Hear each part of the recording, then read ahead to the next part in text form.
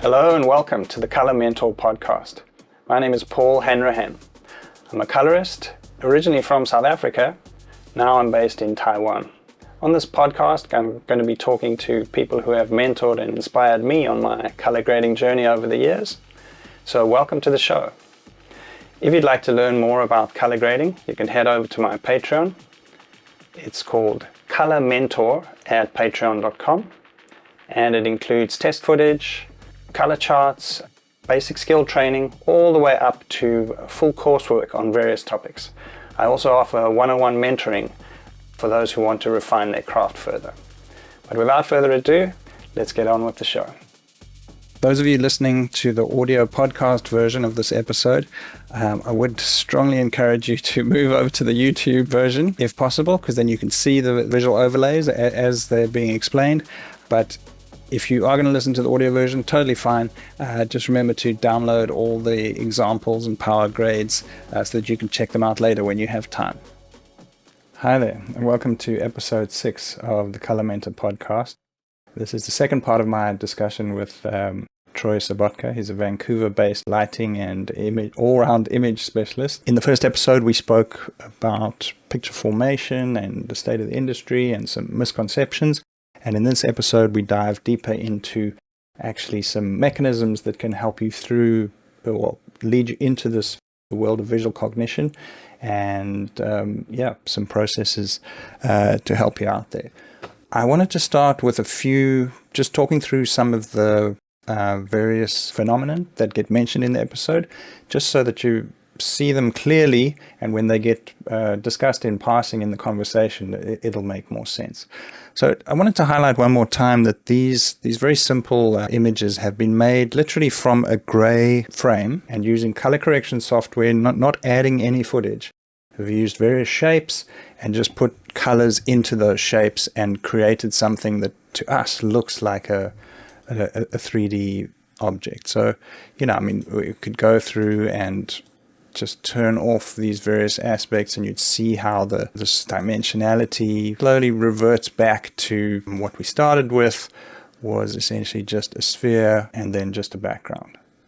These are old techniques, light and shade, that have been involved in painting, and it's nothing new, but I just wanted to say that it's important that we don't forget that. It's a critical part of what we do. Let's not get too swept up in the scientism of it. It's about image making, it's about storytelling. Another image I tried was just this, and again, it's just a piece of gray. It's a gray generated flat, and just putting various shapes, beam of light coming through the doorway, light behind, a bit of a glow, then shading on the wall, some color difference, and then adding some grain, and just treating it like an image and building it up. And although it's obviously not super realistic, it tells us the story's there. It's ready to go into a comic book or some story. We can tell what's going on. Made just from various things. The light pouring in the door, a glow that's coming through there, shading on the walls. And so as you kind of take all the stuff out, step by step, it's quite interesting how we, start feeling about it. So, the door's gone, down into this thing that was nothing. It would just disappear from there. Or our final image. Quite an interesting thing to look at. We mentioned this in the first episode, the staircase gelb, and it's best to try this in a dark environment. I'll supply this in a download, and you can try these out if you haven't already. But just as a quick reminder, big issue about the dynamic nature of our eyes, and how our eyes don't take absolute measurements of light. We always regulate to whatever the gain of the brightest and the darkest point of whichever environment we're in. Person who's really pushed this is Alan Gilchrest, and this is taken from a YouTube video of his called Theoretical Approaches to Lightness and Perception. Now, I showed this very quickly in the first video, but I wanted to highlight it and make it quite clear. So he shows a demonstration where he has a projector being a light source. He pulls out a card, and under this projected light, it looks very bright. It looks like white. He then brings out a second card, and its reflectance is even higher, so it looks brighter than the first card, and then it'll keep going, adding square after square. Subsequently, they look brighter and brighter. And then the interesting thing is that he turns off the main light source, and you'll see that the first square was actually the black. You know, when we hold up a color chart to align a camera, it was that black. Now this range of reflective colors, which we see as some kind of maximum, so from pure black to pure white, we now see it illuminated that way. But so for some reason, when we put them in a spotlight here, but for some reason, when we put them in a spotlight, there's this very dramatic compression of the gamut. And this came as a total surprise to me. I fully expected that by the time we added the final white square, that the first square would look totally black. And so this is what's called, what I'm calling gamut compression. Right, so that's the terminology of gamut compression. We also have this effect of simultaneous contrast, where the same three dots supposedly placed in shadow on a dark background or on a mid lightness background or brighter background will appear very different. So it's all relative to what objects are placed next to. So it's all about context. We can also talk about polarity, things coming forward and coming back based on their brightness, and that's a layer of cognition that we'll start applying to what we see on the 2D plane of the monitor. If you can put this image on your cell phone, it's better if it's on a small image, and you fuse the two together. So you bring it close to your face and you just let the two go, you let your eyes go as if you're looking to the distance, so they'll cross over each other. The image will cross over, and you'll get to the point where these three fuse with these three on top of each other. And the effect that you'll see is because the top two are darker than their background, they're both decrement, they're going down into, in terms of brightness. So that will be it will just look like one darker. The bottom are both brighter than their background, so they will both feel like they're a brighter thing. They add together, something like that. But the middle, you get a bit of what's called a shimmering. On the left-hand side, the one that's being fed to your left eye is brighter than its background. The one that's being fed to your right eye is darker than its background. So there's a conflict. And this kind of shimmering or uncertain state of cognition is what this demonstration is trying to show.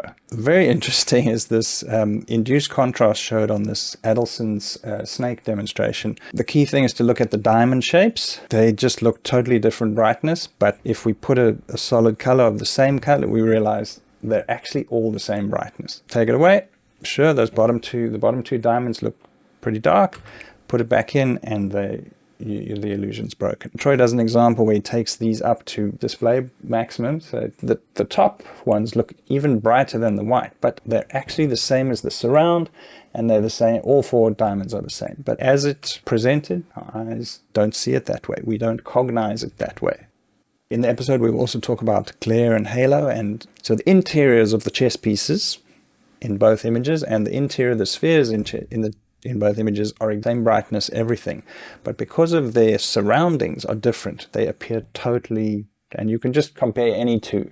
And this will look like very bright, this will look, just the difference is quite startling. We also discussed the Hermann grid. If your eyes wander around, then it'll just be a constant, the effect will appear constantly. But if you stare at one cross, the cross that you're staring at will be true. The white cross in the background close to it will appear black as is. But if you just observe your peripheral vision, you realize that at every intersection there's something going on. There's a kind of a darkening happening on the crossing of those two white lines. We also talk about the watercolor effect. It feels almost like you give the visual cognition system a small hint, and it takes it and runs with it. It adds a lot more compared to what's actually there. So image on the left, we look like we have horizontal greenish and black stripes, and we have vertical reddish, very subtle red tint and black. If we zoom in, we see that there's only a very thin red and green line in the white square. But the way that we perceive it is that the green almost kind of fills the entire white area, and so does the red. The right-hand image is quite interesting because it encloses a shape in those squiggly lines, and we feel that the interior of both of those shapes is yellowish. If we zoom in, we'll see that just there is a yellow bias on the border and a purple and a little bit of a transition color in the middle. Even this B shape, the one that's not totally enclosed, we feel that its interior has this yellow tint. Another version of the watercolor effect has a multitude of colors, and we feel like the interior of these square O shapes is, you know, this one's yellow, this one's blue, this one's green. It's kind of a general tint, which, like a watercolor painting, is spread over that area. If we zoom in, we see that the bulk of the middle section actually has, you know, is pretty much the white page, but the borders have the tint and a slight gradient, and then we fill in the rest. These images are affected by distance, and you can play with that, looking close or being further away from them. We talk about the Chevreul, these gradient bars. They're actually flat, equal stimuli steps from, you know, a certain brightness, each step getting darker and darker and darker, but we perceive it as there being a gradient from edge to edge, a darkening and a lightening. The way the two neighboring squares interact with each other, we get a gradient effect emerging. In color or in neutral brightness increments, we get similar effects. In the episode, we also talk about crispening. These are examples of simultaneous contrast, where the same square placed on different backgrounds will appear different brightness. An effect which grows out of that is called crispening, where the two inner squares in each of these cases are the same color, but because of the background that they've been placed on, we perceive those two colors in relation to each other slightly differently. This placing of black to white or blue to yellow next to each other has been used to make these Adelson snakes. Akiyoshi's also done versions of it on his website, which I'm showing here, and this has an added effect of, it creates motion. The circles seem to spin, the snakes seem to writhe. I mean, it's very hard to classify these effects as they're just about color or they're just about motion, because the line between the two is quite blurred. Another effect we talk about is called the neon color spreading effect. The blue lines are completely hard blue lines. They have no spill of blue out. They're completely on a white background. But when we see them at a distance, we kind of feel like, in this left-hand case, like the entire area is filled with a bit of a blue haze, like a blue sphere. And on the right-hand image, I definitely feel each cross has a blue circle at it, where in the actual fact it doesn't. It's just a continuation of the line, but a change of color. We'll also talk about chromatic induction. Point of focus here is this orange central, these various circles connected with lines. Keyed them out here, they're literally the same color. But when placed in context with these different colored borders, their, you know, top left is perceived as kind of got a bit of a reddish to it. This one feels kind of mustardy. This one feels more yellow. That one feels more orange. Based on what colors they're sitting next to. This is another example of gamut compression, where the discs on the right are on a gray background, and we can clearly see reddish, greenish, bluish, cyanish, yellow, and magenta.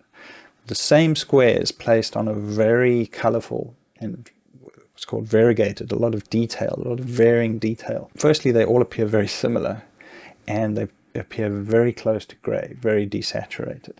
So this is what we talk about in terms of gamut expansion or compression based on context. Getting more into the dimensionality aspect, this is obviously a 2D flat image, but you know, it's different for different people, and it's different if you wear glasses or not. The two colors, some people feel that the blue is popping out, some people feel that the red's popping out.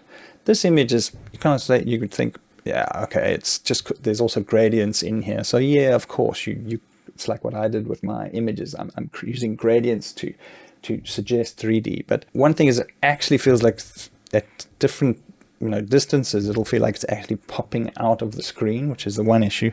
And secondly, look at this version where there's no gradients. It's just a noise pattern, a blue and black noise pattern, and a red and black noise pattern. And you know, different people will feel different.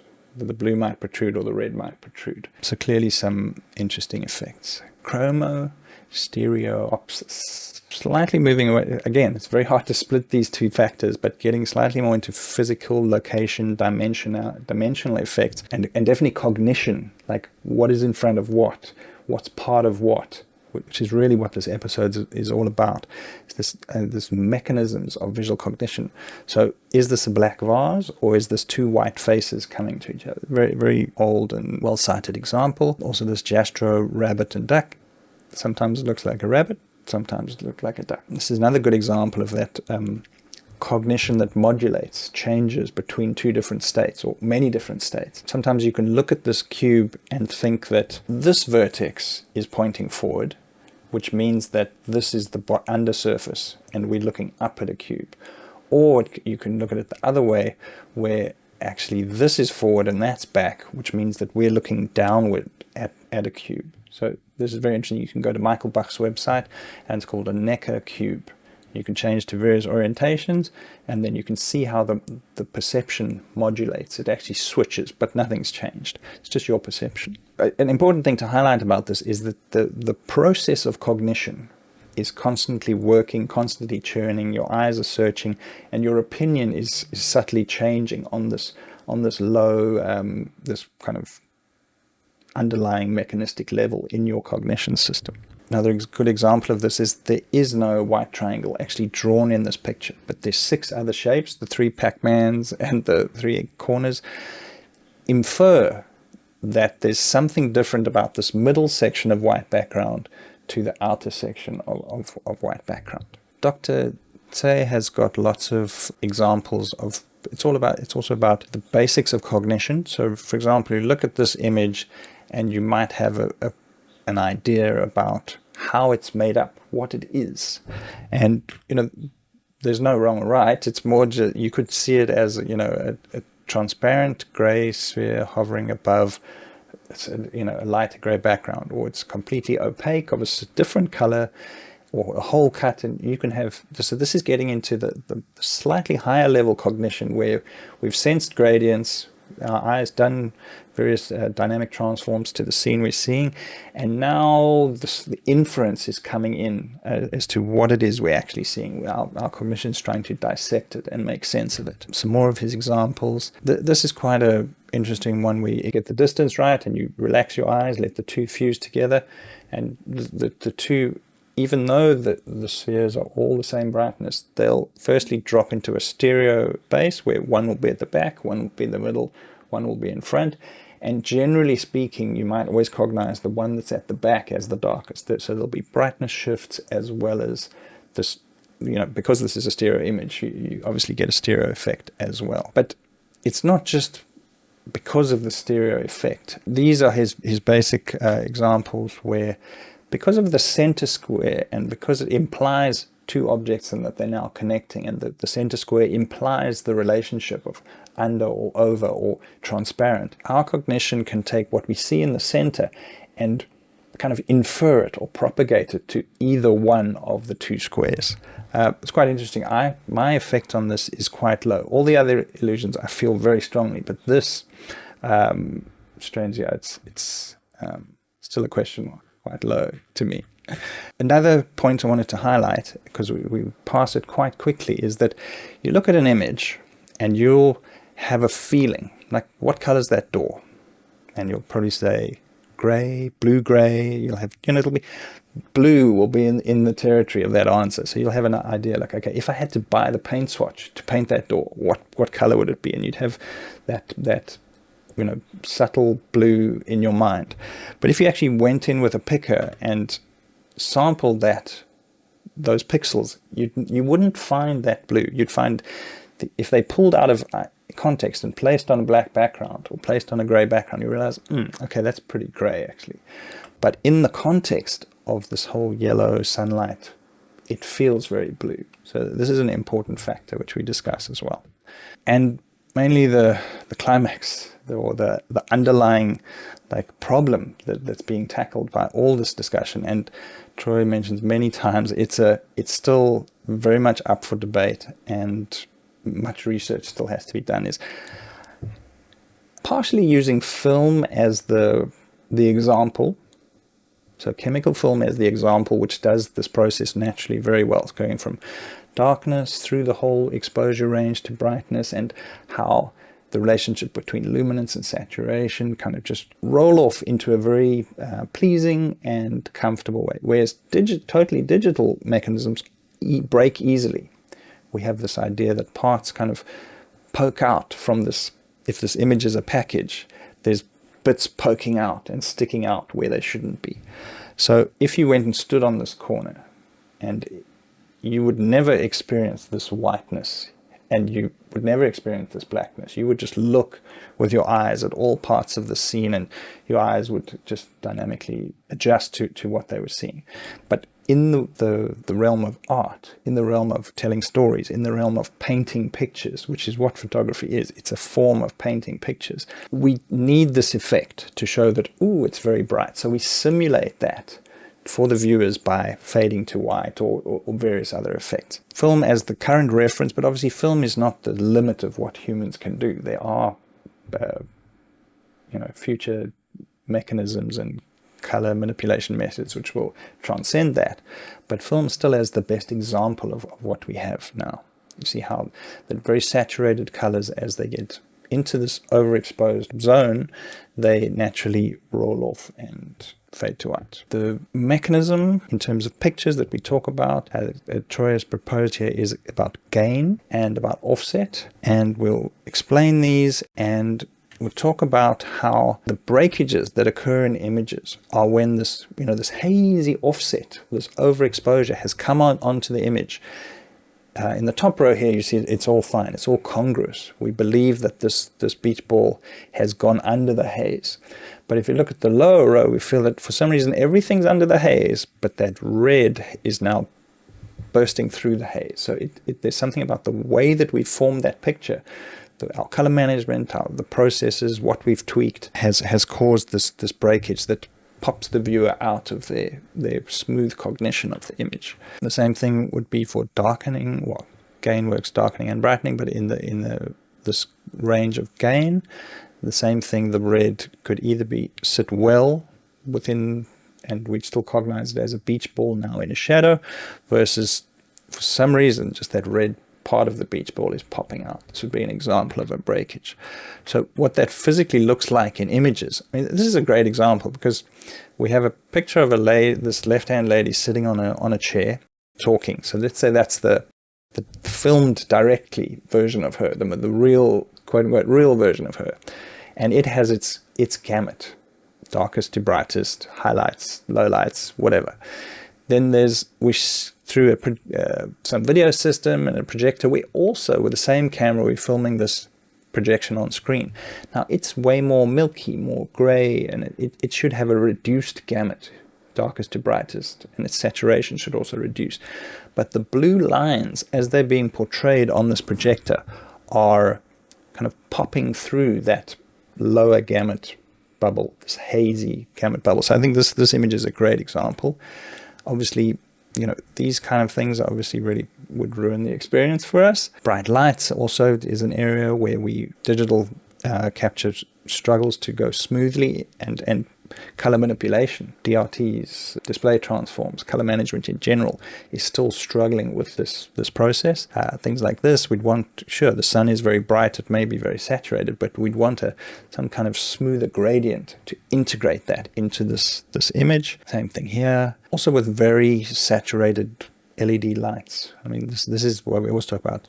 Edge of gamut, out of gamut, all these kind of terms, which Troy will comment on quite significantly. At some point, the centers of those red traffic lights just are too bright for this camera, and boom, they clip to white. And also in this foggy environment, a rainy day with high humidity, it's almost like those areas where there should be a subtle gradient going off. It's kind of, they've filled. It's like they're red blocks, red blobs that are filling various areas of the images. So it also would an example of breaking out of a smooth cognition. And the example that Troy mostly quotes is even film which didn't have a wide gamut and was being maybe displayed on TV or in cinema, which is low dynamic range, not such a big gamut, color gamut compared to display systems we have now. So it had to show bright objects as white. Our cognition will still tell us that Darth Vader chose the red lightsaber and Luke chose the blue one. And simple as that. And if you went in and sampled the actual pixels in that image, you wouldn't find the red, that glowing red lightsaber that's in your mind.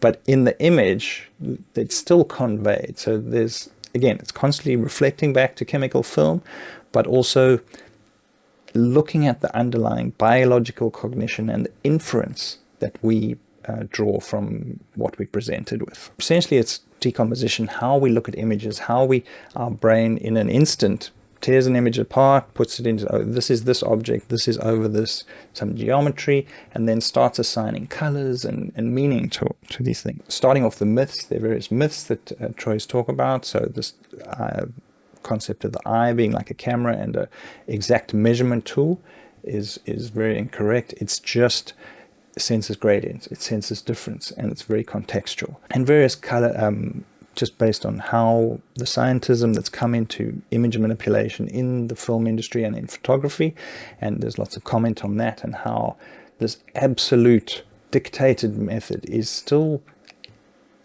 in the realm of measuring with a colorimeter.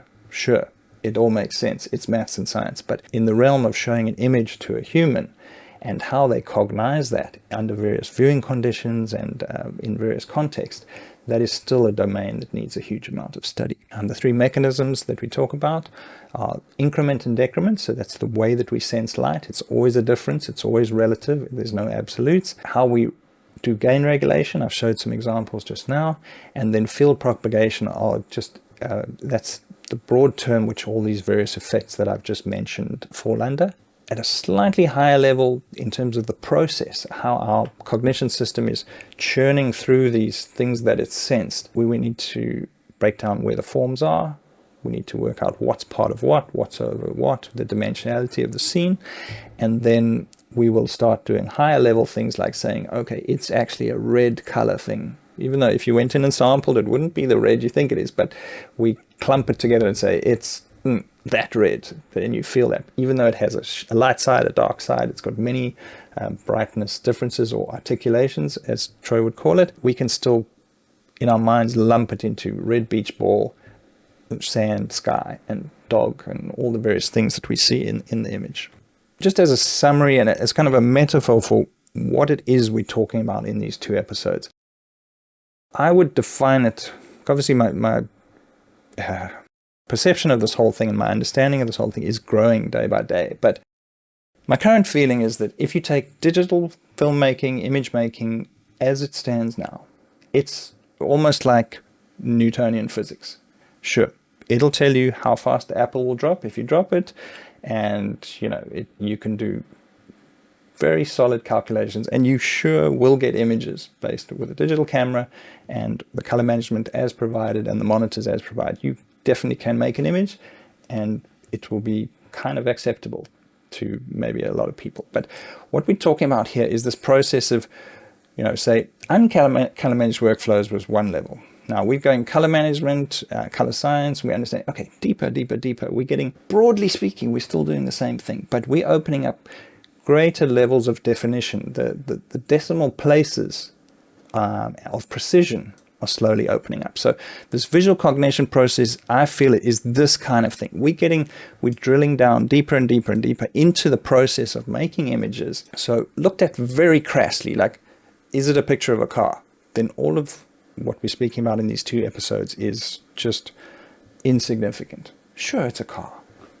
Well, what more do I need to know? But if you're willing to look deeper and just refine your view and kind of refine your resolution and just get a deeper level of analysis, you'll find that there's huge leaps and gaps that we're actually standing on as in this industry as professionals. Then we feel that that's I know my stuff because I've been taught color science, or I learned some maths, or whatever, things like that. So taking a little longer and actually analyzing those assumptions, you'll realize that there are actually lots of gaps and lots of things which don't map entirely to the biology and the wonderful thing that is visual cognition and perception. So this is a process of finding more meaningful detail and understanding in this very interesting world of human visual cognition. So let's get on with the episode.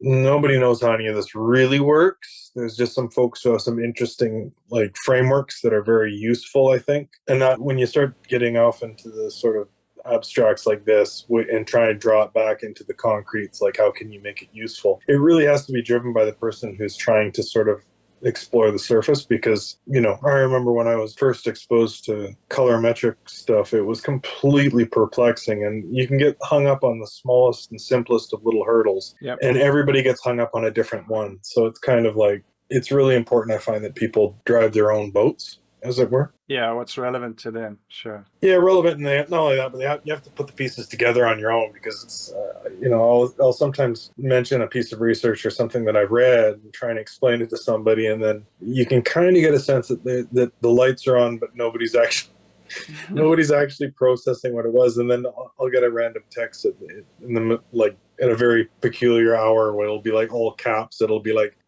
oh my God, it sort of, and you can tell it sort of clicks at that point, because you have to sort of like crawl over the surface an awful lot before you can start to put the pieces together. That's why talking to folks who are really experienced is always interesting to me, because you can sometimes provide a piece of something that they might not have been too familiar with, and it'll suddenly sort of click. Yeah, which is pretty interesting. As you said, it takes time to thinking. Like when I interviewed Thatcher, actually going back and editing it, I realized I actually grokked some of the stuff he was saying. In the moment I was like, yeah, okay, but actually there was way more there. Yeah, he had a really good point there on the idea of the metrics thing. I think that is something that's really, really important, because everybody sort of assumes that data is truth, and they don't understand that it's nothing more than a human projection of something that we think, the way that something works, right? Like, I mean, so are you familiar with Lombroso? No. He was the feller who, measured craniums and how far apart eyes were. And he created the archetype of essentially a physiological based approach to what makes somebody a criminal. And of course, oh, yeah, okay, I've heard of it, yeah. Somebody who steps back can suddenly realize that it's a socio-political, economic, complex sociological soup. But these things get legs, right? They just, it's like taking a cloth tape measure and measuring somebody's cranium, and then, phrenology, and saying, oh, that's the depth of the human intellect can be determined by somebody's cranium size. So now you have a database full of quote unquote data that's nothing more than cloth tape and measuring cranium size. And it's completely detached from the territory that you're trying to measure, which is a nice sort of, parallel to how we think about color. We tend to think about stimuli. We cling to it because it's a metric and it sounds formalized and it sounds, okay. 100%, yeah. A stake in the sand that I can now trust. Yeah, it's a ruler. Hey, I finally got my ruler out and I can now measure, but in many ways it's like, that is one of the critical, when I first realized that I was exposed to the fact that in colorimetric circles, it tends to be placed as sort of edge case. Like there's all these many, many different effects, and there's all these many, and they just sort of like, they're known, but they're not really, they tend to get bundled on, what's the term? They call it something like advanced colorimetry or something. It's just like, as opposed to just repositioning our mindset and saying, okay, from the get-go, if we were to just look at the vast body of vision research and understand that stimuli is not indicative of color, it's a way more healthy and entry point, right? You can just accept that it's a stimulus metric, and that's all well and good, and it has some very useful facets, but one of them is not color. So the fact that it's called colorimetry is a little bit, it creates that duality of terms, right? There's color, and then you got two versions. Like if you go to the CIE term list, you'll find two definitions of color. And it's just not terribly useful for people who are trying to wade through or try to connect the dots and draw broader patterns. Well, yeah, I mean, if you literally had an array wired into your head and that was how you were viewing the thing, then cool, that would work. Or if you had a spectroscope for an eye, then yeah, sure. But yeah, exactly. But that's such a brittle advantage that, you can kind of get a sense that it's not going to work. And I try to, the one PhD person who I speak to quite frequently is very forceful in saying, like, look at how you look at everyday things and realize how much of that is essentially entirely contextual based. Like if you look at the wall, if you were to analyze the stimuli on a wall, if you were to sample it behind a grid of glass, you would somehow go, it should be impossible to view it as a wall, because it's literally just this crazy articulation of stimuli. But somehow we ascribe a continuous surface to it. We can say what the color is, despite the fact that at any given moment it's buried in shadows of the flower pot, or it's the shadow of the door, or there's a surface sheen or something like that. So those are really interesting things when you just take your common knowledge and look around the room and go, actually, that's way more why am I actually able to see that purple pot is purple because it's not purple, not in the classical sense of colorimetry anyways. And also on that example of the wall, we can easily think about the crew that came and built that wall, or the step by step how it was. Okay, I can imagine. I don't have X-ray eyes, but I can imagine the bricks and the mortar, and then there's a layer of plaster, and then there's undercoat, and then the top coat, and then it took time. You can imagine the whole story which goes behind it. Which, I mean, thinking on that abstracted level to what you're seeing, which is supposedly straight up facts. It's a complete gradient. There's at no point you say, okay, now I'm imagining, and then now my imagination's stopping, and now the facts are starting. It's all constructed. And I think it's Dr. Hoffman, I think, is the one who frames that as, I think he calls it the interface, that the idea of color is in fact an interface. And it's a really useful, I think, analogy. It's like a user interface, the way that we interact with the energies around us. It's not necessarily a peek into the energies, because it has to be framed in like an organism-centric fashion for us. And folks who generally cleave to the idea, it's reality. It's like, well, if it were reality, why don't we see, if you look at the vast electromagnetic spectrum, we are actually only privy to a mediated sliver of the electromagnetic spectrum. And that tells you everything you need to know about this reality, because either you're going to discard the 99.9% that we have no agency at all to detect through our visual cognition, or we realize that it's just that little sliver that seems salient to us as organisms. And that's a really useful way of I think, grounding our vision as something it's easy to be sucked into the seeing things as opposed to how we're seeing things, which is what we're kind of talking about when we're talking about pictures. Because as a colorist or anybody who works in compositing or whatnot, you're actually assembling these articulations of stimuli, and you're trying to create a form of a dog barking or something like that. And that might sound awfully trivial, but when you start thinking about picture exposure and color and all of those things, it's actually remarkably nuanced at the very, very low level. Okay, well, just to stick with the agenda, I find that you use the word pictorial exposure, and sometimes I know what you're saying when you say that, and sometimes I feel like I don't know what you're saying when you say that. So if I say fair, it's my term, so I've sort of drawn attention to it by way, because it's a term that I lean on, because it's something that people can actually grab onto. When you look at a classic piece of chemical creative film, you could say, the exposure's higher here or lower there. But in electronic world, in the digital era, it's actually not obvious where that is, what that is to start, and where it's actually created in the chain, which are 2 points that I think are really important that we tend to overlook, because again, it's really hard to see it. But if you've ever done localized test strips as a chemical photographer, you're familiar with like rolling through the latitude of the entire creative film stock, and that you'd say, that's +1 EV, +2 EV, +3, and you drill right down to the minimum density. But that's very much not what was in front of the camera. That's an energy to density relationship that happens in the creation of the picture on the chemical film. Yeah. The energy was in front of the camera, but what we're seeing in the picture is not in front of the camera. It's a choice. It's a segment. We're choosing this to this range and ignore everything above that. We're clipping everything below that. As opposed to, we could drop our time very low and just say, okay, I just want the brightest things. Everything else must be pitch black. So you're saying it's really the start. Other than actually deciding where you're going to point your camera, which actors, who's going to stand there, and how you're going to light them. It's the choice of the segment that you're going to expose to a certain type of capture medium. 100%, and that's super common. That's just what people call dynamic range. But I'm actually going a step further and trying to draw attention to the range of the stimuli value inside of that volume is pictorial exposure. That's the trickiest part to sort of understand. Like the classic, like I think I showed you a few demonstrations of localized test strips that I was a big fan of, where you have strips of the picture and it's increase in exposure. But that increase in exposure, the very fundamental thing that I think every colorist deals with on a day-to-day basis, the way that those values ascend up the purity dimension, as in the colorimetric purity goes down. it's really critically important to understand that that does not exist in the data. It does not exist in the camera quantal catches. It does not exist in the colorimetrically fit colorimetry from those quantal catches. It does not exist in that block of data. That's 100% on the end of the picture formation algorithm, the algorithmic painter, if you will. Yeah. And that's where often things break down. That's where you get into the discussions of quote unquote gamut mapping, whatever that is, and all of those other things. But that very specific thing, that purity dimension, colorimetric purity dimension, is not present in the data. And it's not present in the real world. You know, a very weak Correct. red laser and the most powerful red laser in the entire world will still look red to our eyes if we were standing there.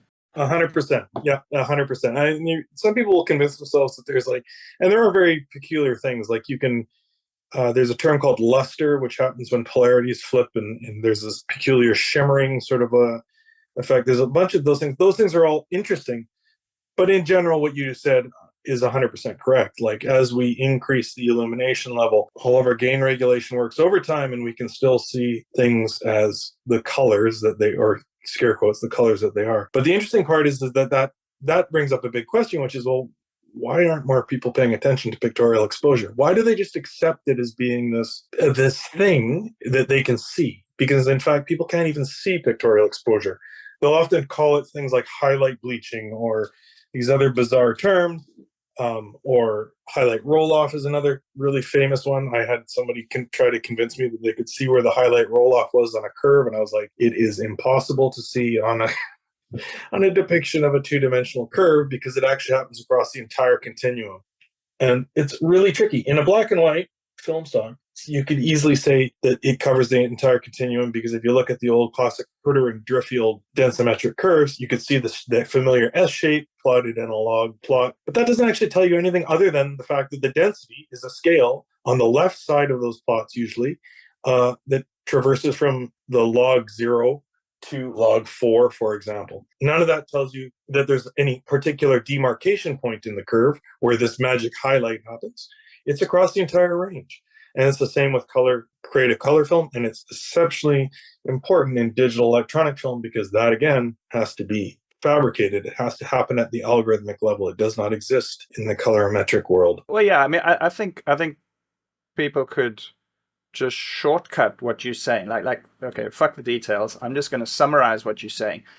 I've got, I'm going to SD, standard definition television, hence the limitations of the color science, the medium, etc., is telling me this is the maximum. And so it's just a manual control as how much I squeeze in. Do I do a hard cut? Do I do a soft roll? And it's almost like if you're defined by I don't know if I'm saying the medium, and in a sense that back propagates into a definition, as you correctly say, it wasn't present on set, and it's not a property of light in the real world, but it's because it's the only thing that matters to us. It's the pic that rolls out of the Polaroid camera, or it's the best I can do on a SD Rec 709 monitor. So hence that becomes the global roll-off. Yeah, I mean, if you're doing a wood etching, it's a very unique depiction.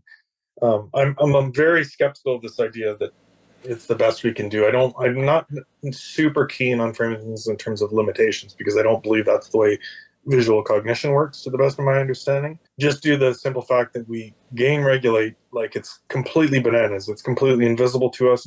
But we have to sort of, if you think about us as an organism, it makes pretty good sense that we're this flexible, elastic creature that we can go in and go, okay, we can orient ourselves under incredibly diverse energy fields and figure out, that's quote unquote red, even though the broad energy that's illuminating things is perhaps short wavelength. It's remarkable that we have this incredible, highly correlated signals that allow us to sort of peel things apart into what we need to, or the way that we can infer what we're seeing. And again, it's entirely in our heads and it's constructed.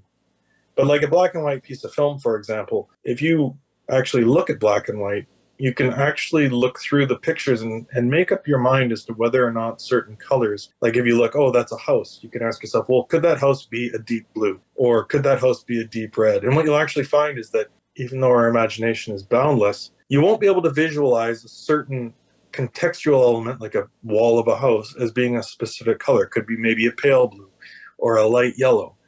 But because the luminance and the chrominance signals are so highly correlated, it's literally impossible for us to visualize a black and white color as being a specific range of colors. We've lost a dimension, but within that, the range of viable inferred colors is still open. It's just a smaller volume of potential there, which is interesting, I think, from the creative standpoint, because black and white film then allows the audience to participate in projecting what colors they think things are, whereas a colorful piece of film dictates what the color is. So it's sort of like we've opened up a dimension of creativity, I guess you could say. Well, well, maybe stifled. We're stifling the imagination by presenting greater and greater realism. Yeah. And so I think there's a fair argument to say that a cave painting could make you imagine everything's imagination, because it's just stick figures and blood and mud that's been scrawled on the wall. The rest is all imagination. So the ratio is the seesaw is realism, very little, imagination, everything. But like super HD or 8K, whatever is leaving less to the imagination. Obviously, it can present you with unrealistic things, but yeah, the seesaw is pivoting in a different place. Yeah, I find the color and black and white thing very interesting, because it's a fun thing you can try at home when you look at a black and white picture. And you can if you go online and you look at panchromatic versus orthochromatic film, you'll see that the depiction of the density of like blues is way different than the depiction of red, and then you shoot the other one in panchromatic and you'll see this incredible swing that literally changes the cognition of the color, because the luminance of the black and white film level constrains the cognitive gamut to a window of viable colors. It can't be a deep blue, it can't be a vibrant deep red, it has to be like a pale or something like that. It's quite interesting. According to our cognition logic, yeah. Yes, exactly. Because the signals, again, they're very, very, very highly correlated. They're not independent channels like RGB where you can just slide one to the other. Like, as we expose ourselves to certain types of the visible radiation range, the 3 cone signals are routed to the bipolar and those ganglion cells. Those relationships are enmeshed in a way that, like, you can't have a certain wavelength without having a certain signal response across those 3 cone signals, which in turn is decomposed further in an inhibitory signal. So it makes perfectly good sense when we look at a black and white picture that we literally can't visualize certain colors, because that's just not the way our vision works. But it's interesting in terms of the creative side for sure, I think.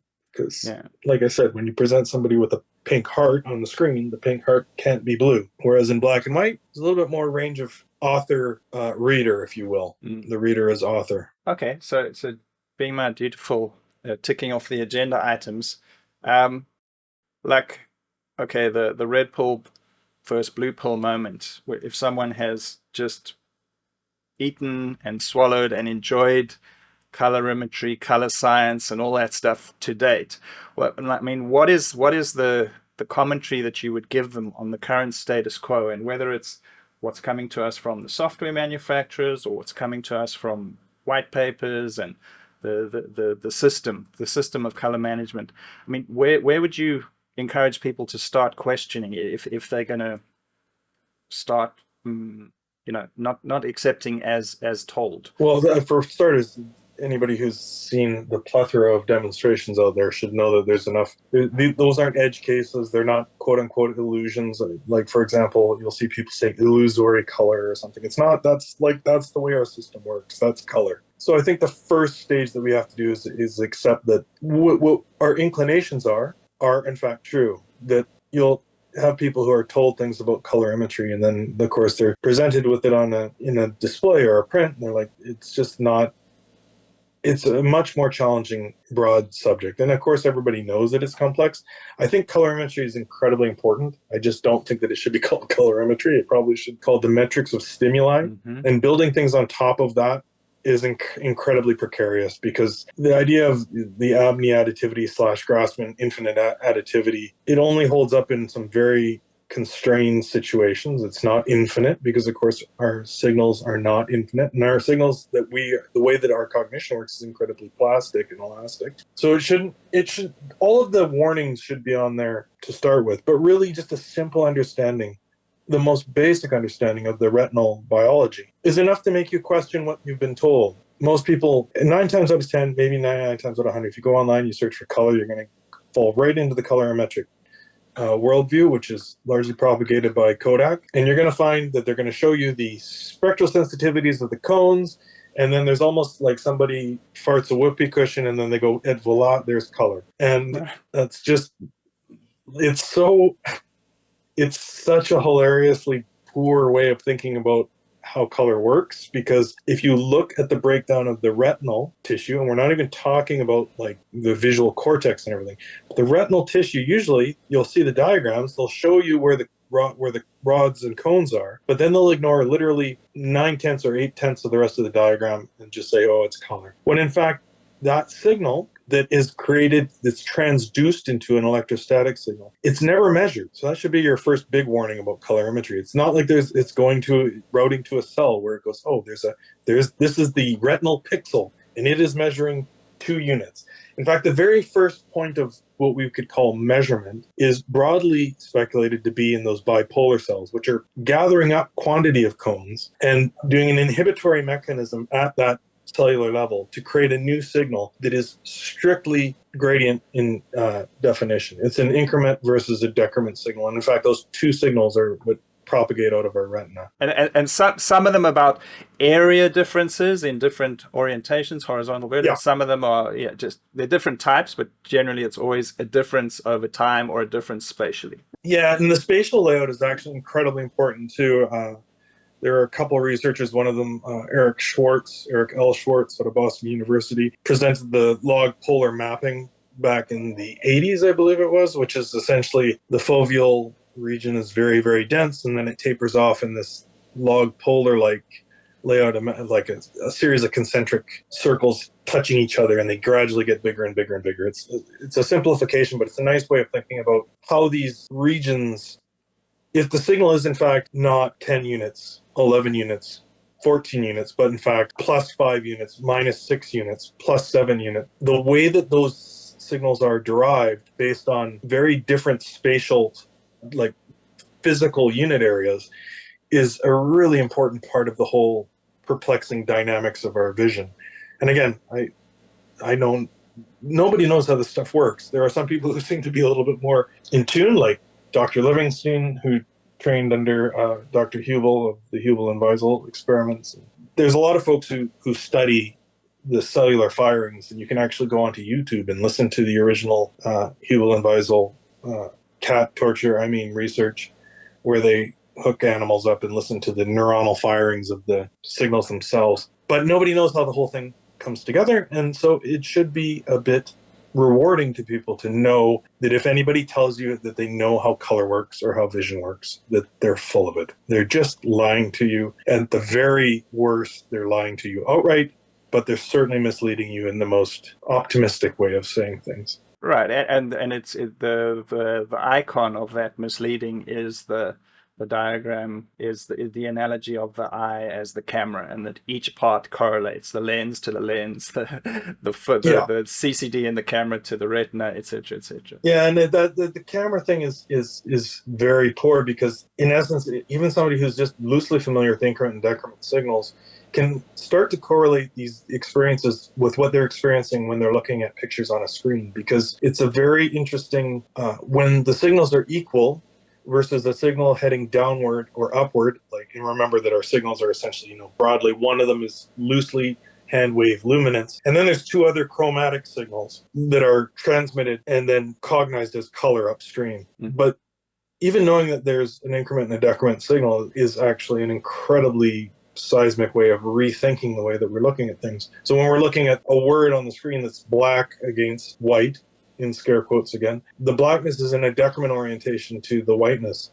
And that's what we'll find is if you look at something that, like, for example, 2 discs, where one is in an increment and one is in a decrement, as Fred Kingdom showed, when you haploscopically fuse them, you cross your eyes, they will not fuse. They'll actually be rivalrous, and that's where that sensation of luster appears. They just sort of modulate in this very peculiar fashion. And in fact, when you are trying to match 2 discs, one in an increment versus one in a decrement, it's very much an impossibility to try and satisfactorily match them, which is something that undermines all of this idea of colorimetric, quote-unquote, color matching. Yeah. Right there, we have a huge problem, because if it is not possible to, in fact, match to stimuli. We're not being told the entire picture. Right. I will supply people with the Resolve like little power grade thing where they can practice this. They can experience this on their own, matching two discs at two places on a gradient. So yeah, I think would be a good entry point for most people to start their questioning. Yeah, and it can be two solid fields too. It doesn't have to be on a gradient. The gradient just makes it even more tricky because the gradient, the boundary conditions of the disk to the gradient propagate inward and make it entirely even more challenging. But it's actually really fun to do too, because you can actually get a very good sense of your cognition kicking in and going, okay, that sort of feels right. And then you'll kind of move your eyes around and then suddenly you'll be like, no, it's actually darker, or no, it's actually lighter. And it's a really good way to get sort of sensitive to this very fluid, multi-stable idea of color, because it's us trying to make sense of the stimuli, not the stimuli we're just like understanding it. We have to try and make sense of that stimuli, and that's what those sorts of tests are wonderful. The other amazing one is the Michael Bach has a wonderful demonstration of the induced color asynchrony experiment, where two disks are incrementing over time at the same emission rate, but the ground around each disk gradually creeps up the screen so that one is in an increment, one is in a decrement. And what you experience, which is a bit mind-blowing if you've never seen it, is that the disks that were initially reified as being in sync now are cognized as out of phase, completely 180 degrees out of phase, and they become totally not in sync. And all of that is incredibly perplexing and gets swept underneath the rug if you're stuck underneath the colorimetric worldview.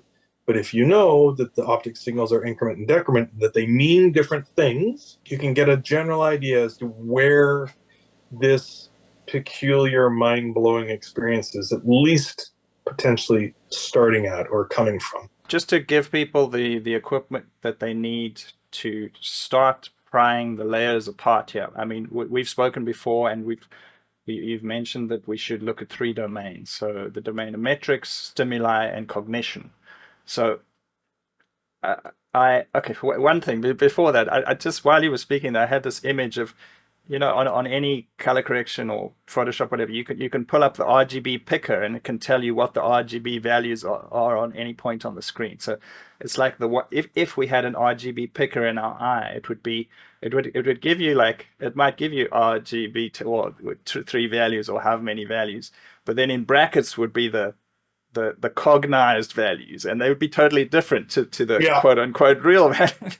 There are some models that allow you, it's funny that you say that, because there are some models that allow you to actually emulate this propagation and whatnot, and that has been one of my quiet goals for a long time, is to have a toggle that you could select the little brain icon and then be able to select the stimuli as you are roughly cognizing it, as opposed to the stimuli as it's presented, which I think is that to me is the inspiring stuff that leads us into the future. And we have to not tell people that what they're being told works, because if we want to see stuff move into new interesting directions in that, we have to let people be creative and understand that no, color's not solved. No, it's not. It's not this match this stimuli to this stimuli, and it's certainly not that in pictures. And in fact, you can actually sample with the RGB. The sampling with the RGB is a wonderful thing, because if you take a sample of a picture and you go, okay, this is a green thing, just a generic sort of a webcam or a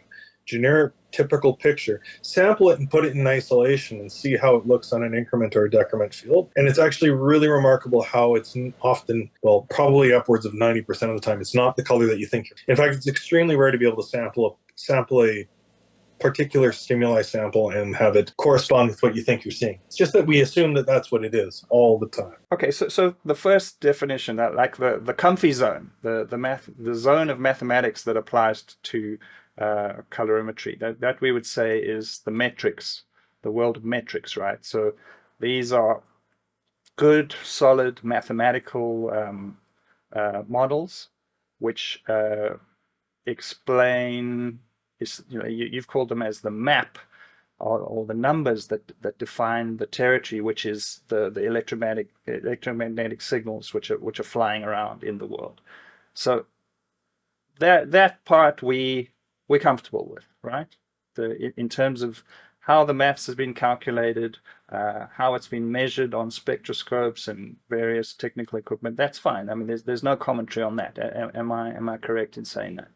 Well, I think that there should be commentary on it, at least that too is also a contested territory. If you actually read any of Stockman and Sharp are the two individuals who are largely responsible for what became ratified as the 2015 version of the Standard Observer.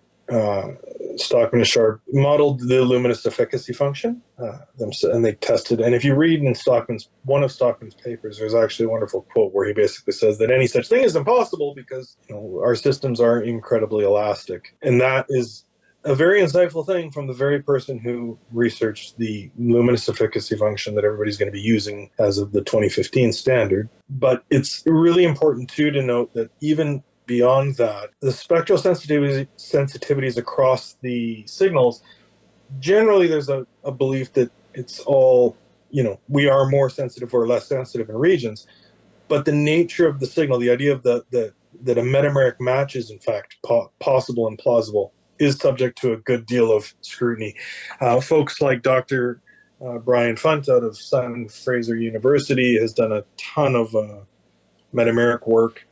Logvinenko has done a bunch of work there, but one of the more interesting ones in my mind is the person who used to work in lighting, Thornton. And Thornton's conjecture is actually really interesting from the neurophysiological side because his general belief is that adding certain spectra can be deleterious to the color quality in the general loose sort of wave your hand sense. And in fact, Thornton was one of the earlier folks to sort of say that we could have a colorimetric measurement that measures X number of luminance units and that people will still cognize it as being brighter or darker depending on the spectral composition. So even the basics of Grassmann, Abney additivity and whatnot, I think are worth at least being a little bit more cautious of, especially the 1931 stuff, because everybody knows who's around that the 1931 Standard Observer is based atop of the 1924 luminous efficacy function, and that at the time was an amalgamation of a bunch of different data sets, and that's largely why we have I'm sure you've seen the Judd-Voss corrections on Sony reference displays, because that amalgamation of data in 1924 essentially grossly underestimated the contribution in the shorter wavelengths in terms of luminance, and that cascades up the chain of color matching, stimulus matching. Anyways, yeah, there you go. Yeah, okay, so yeah, you can use the metrics, you can quote them, you can design your own color models based on the metrics, but you have to be aware of the fact that there's a very big if. And the if is saying that if you're basing on 1931, then you are assuming that the assumption that is implicit in that is to say that what people were seeing in a 2-degree region of matching one color to another, what they felt was the same thing, now is somehow magically being said to be, this is red, this is yellow, this is green. It was just that they were, narrow field of vision, and that they were just matching two things in a certain viewing condition. So if you're fine with that, then the metrics are all hunky-dory. If not, then there's work to do. And I mean, it's very good to be like I said, colorimetry serves a very useful purpose, especially the more contemporary 2015. That's why we have reference displays and can match them. That's wonderful and all well and good. But calling it color, I think, is where we go off the rails, because it's not color. It's essentially stimulus matching. And if we know that the test is in fact matching, what can we say about color? And the answer is, if we're being honest, nothing. And even if we could say something about quote unquote color, it certainly wouldn't be as we experience color in day-to-day life. Because if you, again, just look around the room, think about sampling at any given density. This variation in stimuli is absolutely mind-blowing. The fact that we can actually create these ideas of continuous forms and continuous colors and separate the shine, the reflection off of the surface from the underlying form color and all of that is absolutely mind-blowing, really. It's actually should be fascinating to anybody who does picture work. Yeah. Well, how about this? The elephant in the room for whichever one, the 1931 Standard Observer, is to say that, sure, they were matching top to bottom, left to right. But there was a third color in there, the surround. It was black, it was gray, it was something. Yeah. So as soon as that changed, then everything would change. Yeah, it's definitely once we let go of the idea that the eye is a camera, all of these sort of like very easy to assume things suddenly become variables that we at least should think about. And that's often not the case. Even, I believe it was Gilchrest when he was asking people to match his staircase gelb. So the staircase gelb demonstration are these cards in a dark room. When he was asking people to match them, I believe he asked people to match them against an increment field. So these Munsell chips sitting on top of a white sheet of card, which of course makes the swatch color in a decrement orientation to the ground, which changes the cognition. So these things are like, Gilchrest is very, very, very much on top of these. You dedicate an entire life to studying lightness and brightness and transparency. And even these sorts of like little gotchas can creep out in the research and make you ask, like, if you're being careful enough. It's very tricky. Okay, so that's section 1, the metrics. The metrics are the map, which are trying to define what territory. And that we're saying that the actual territory is stimuli, right? The actual electromagnetic waves that are bouncing around. And where we go wrong there is that we assume that the map, the stimuli map, is color, and it's not.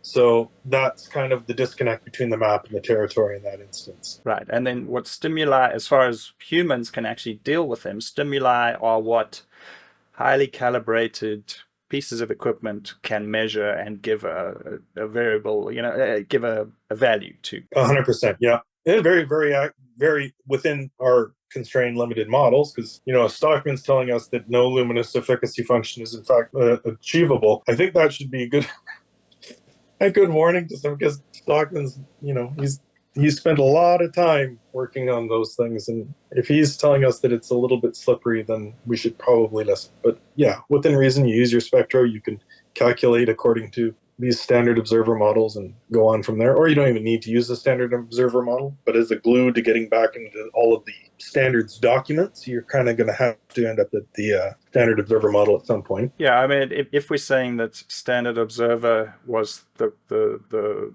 core thing which created the capital X, capital Y, capital Z color space, and that XYZ is the train station which all other color models are routed through, then okay. Yeah, and that's part of one of the discussions is how do we, we have these newer 2015 models, how do we migrate to them? And that's a really challenging question. I mean, one if you're obsessed with colorimetry or the measurement of stimuli, it's almost an insurmountable transition to get from 1931 to 2015. But realistically, we could probably do it and nobody would really notice all that much or care, and it would probably benefit. But that's just, that's the branch of stimulus. Right. Okay, so we've got metrics, we've got stimuli, and then you roll a human into the room and you say, look at something, what do you see? And this is the role of cognition.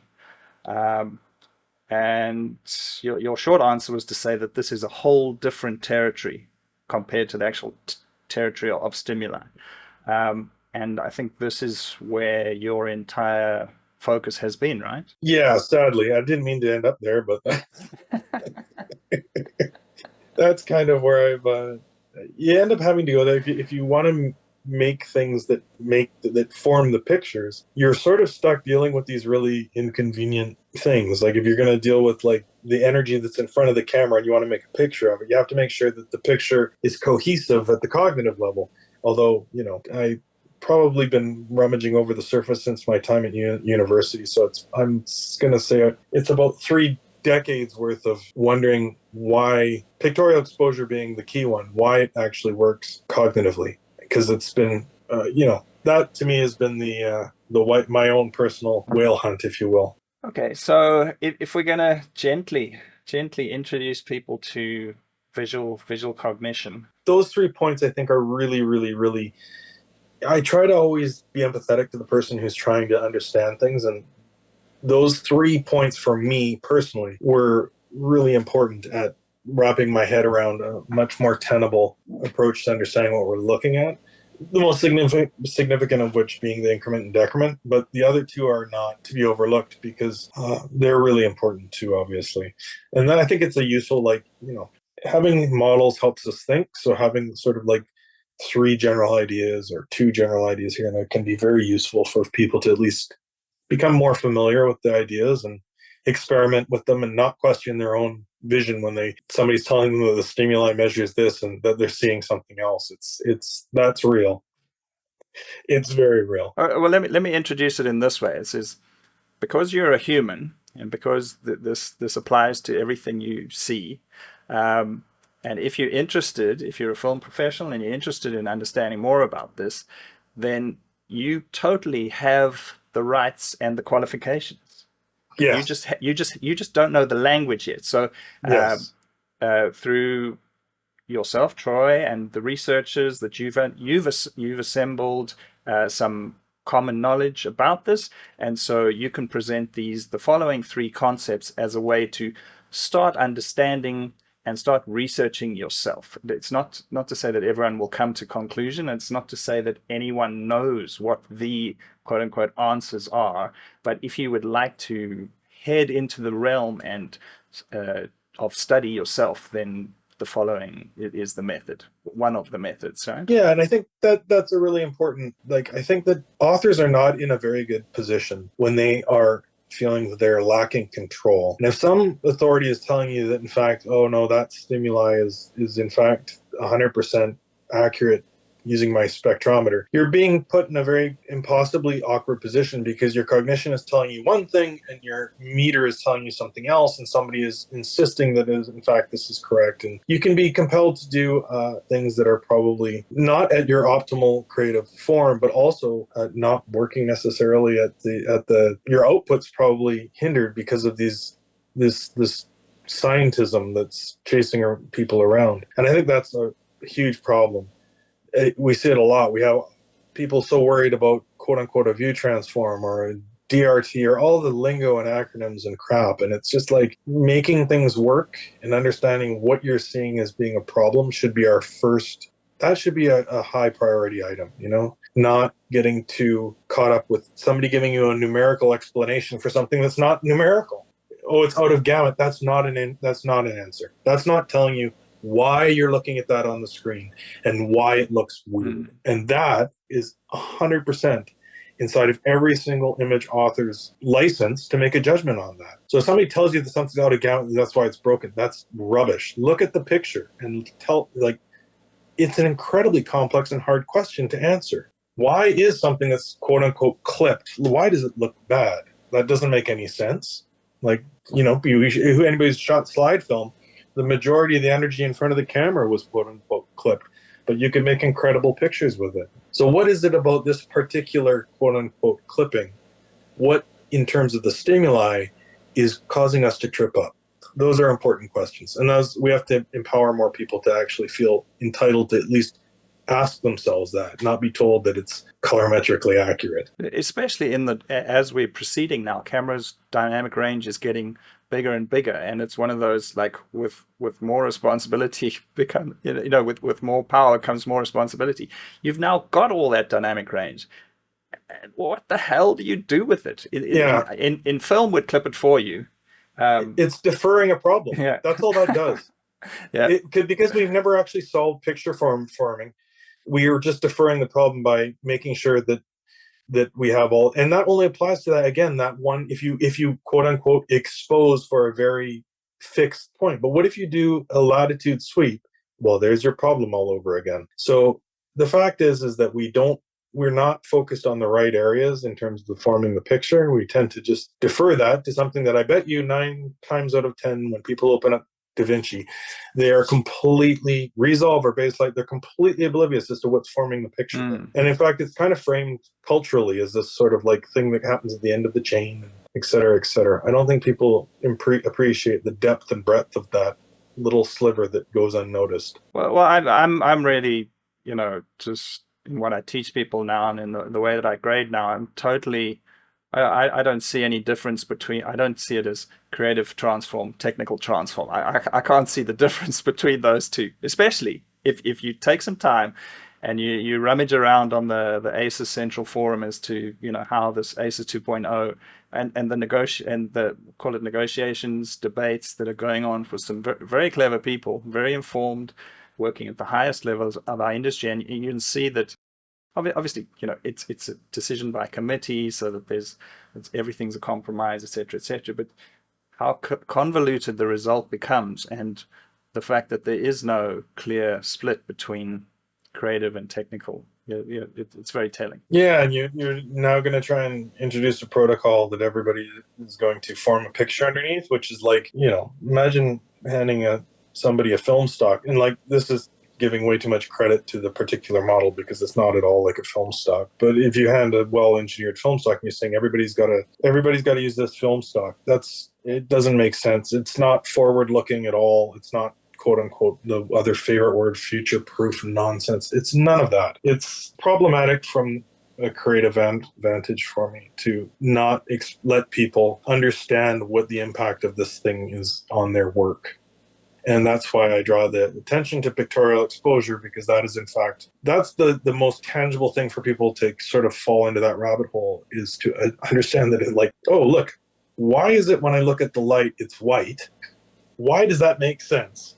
Oftentimes that quote unquote white, if you crank up the exposure, that's formed in that picture formation, and how that's formed is incredibly important. And nobody's talking about that in the broader discussions, as best as I can tell, which is unfortunate because it is kind of fascinating. Yeah, just to loop back to it, when you were explaining the eye and talking about the different signals, just the concept of what is the neutral axis in that debate, that's and that's true. Like I've done, if you do the middle of what?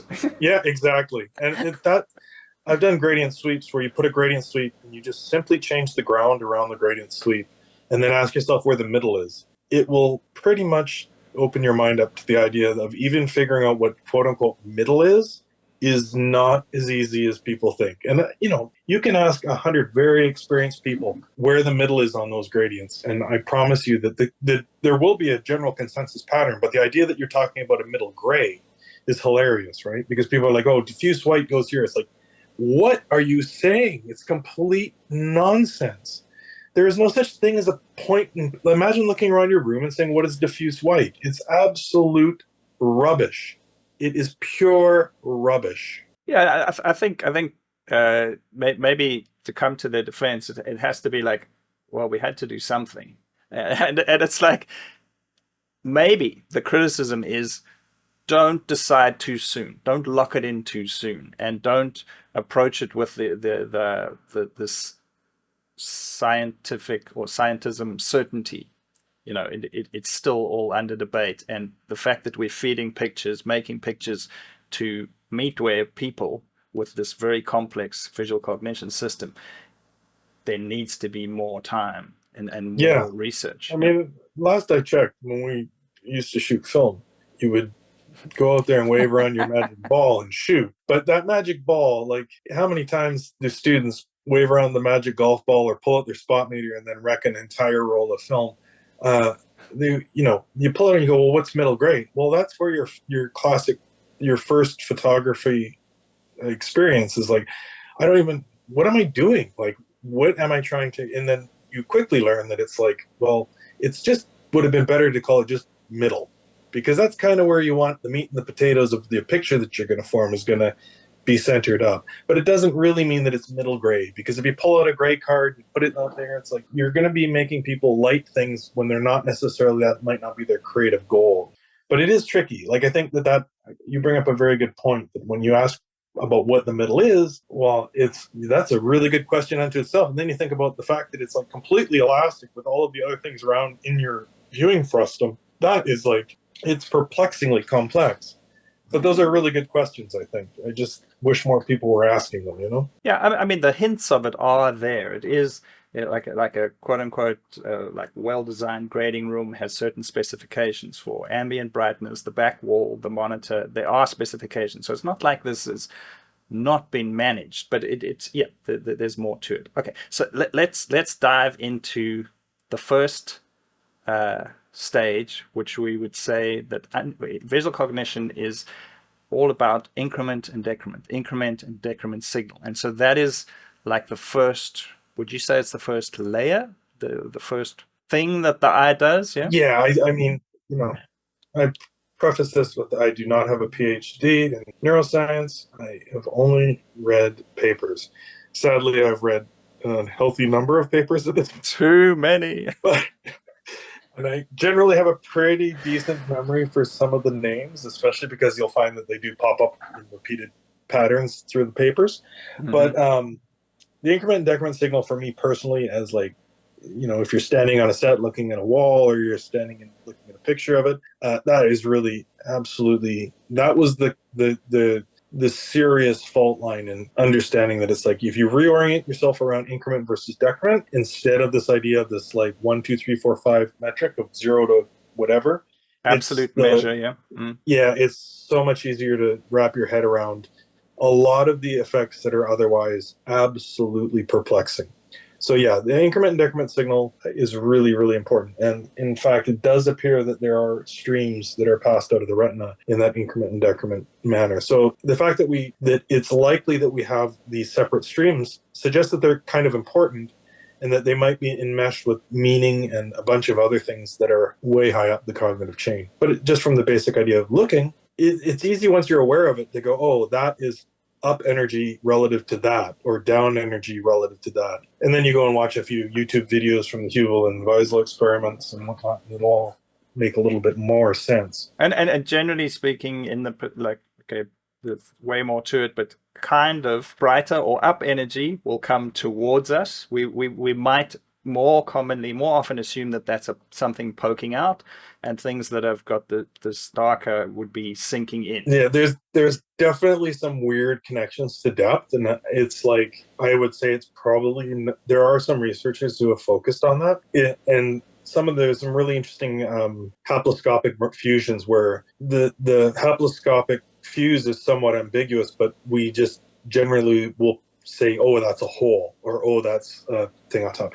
And I don't know if there's any hard, fast rules there, but there's definitely some cognitive relationship, like proximal relationship, not just in the two-dimensional sense. The other interesting one is Chromostereopsis, where certain chromatic fields against other chromatic fields will exhibit stronger or lesser sort of three-dimensionality when you look at them, which is quite a fascinating thing, especially if you wear glasses. For some people who wear glasses, it is a very strident effect. So yeah, there's definitely some interesting depth stuff there. And I'll be a little bit reluctant to say brightness, because again, brightness, I would suggest, is the end result. Like, that's what we infer as to what is brighter or darker, lighter or darker, brighter or darker. And that's sort of like, that's that whole, this is our inference at this moment, this is brighter than this. But that can also modulate, and people, I think that's another interesting point, is that color is immensely, as the stimuli becomes more articulated, we tend to be really good at honing in and just sort of saying, okay, well, that's brighter than that. But there are cases where the articulation is very challenging to read, and we will modulate, kind of like the Necker cube, the three-dimensional cube, where you can view it one way or the other, or the face vase demonstration, or the Jastrow rabbit duck psychological. We tend to be able to modulate between what we think we're cognizing, and the same thing happens with color. But people aren't really told about that. So the idea of color being a fluid experience, even though the picture is static, is completely mind-popping for the first time that you bump into it. And we assume that this increment decrement is very primary, or in the sequence of events, because it's taking place in the cells of the retina. Yeah, it's very much, it's like the bipolar poolings, and then downstream the ganglion. Those are very, very important. The nature of the increment versus the decrement signal is very foundational. It's not like something that's too abstract. And there has been a lot of research on on-off. If you look into it, it's the on-off signal chain. Margaret Livingston has a wonderful video on what art can teach us about vision, and she talks about that a little bit in her video. But there is an absolute boatload of research on the on-off signals and the potential interrelatedness of how we derive meaning from those signals and whatnot. It's very, very interesting stuff. My current feeling is that in some way gain regulation goes hand in hand, but okay, we're saying it's a different thing. But yeah, you're not wrong. Yeah, you're not wrong, because the Naka Russian, which is a very highly cited piece of research, even though it was on, I think, goldfish or something, essentially that when you blast a pulse of energy, the cell itself responds in a very dynamic and fluid fashion. If it's a If it's a sustained patch of energy, then we gain regulate to that.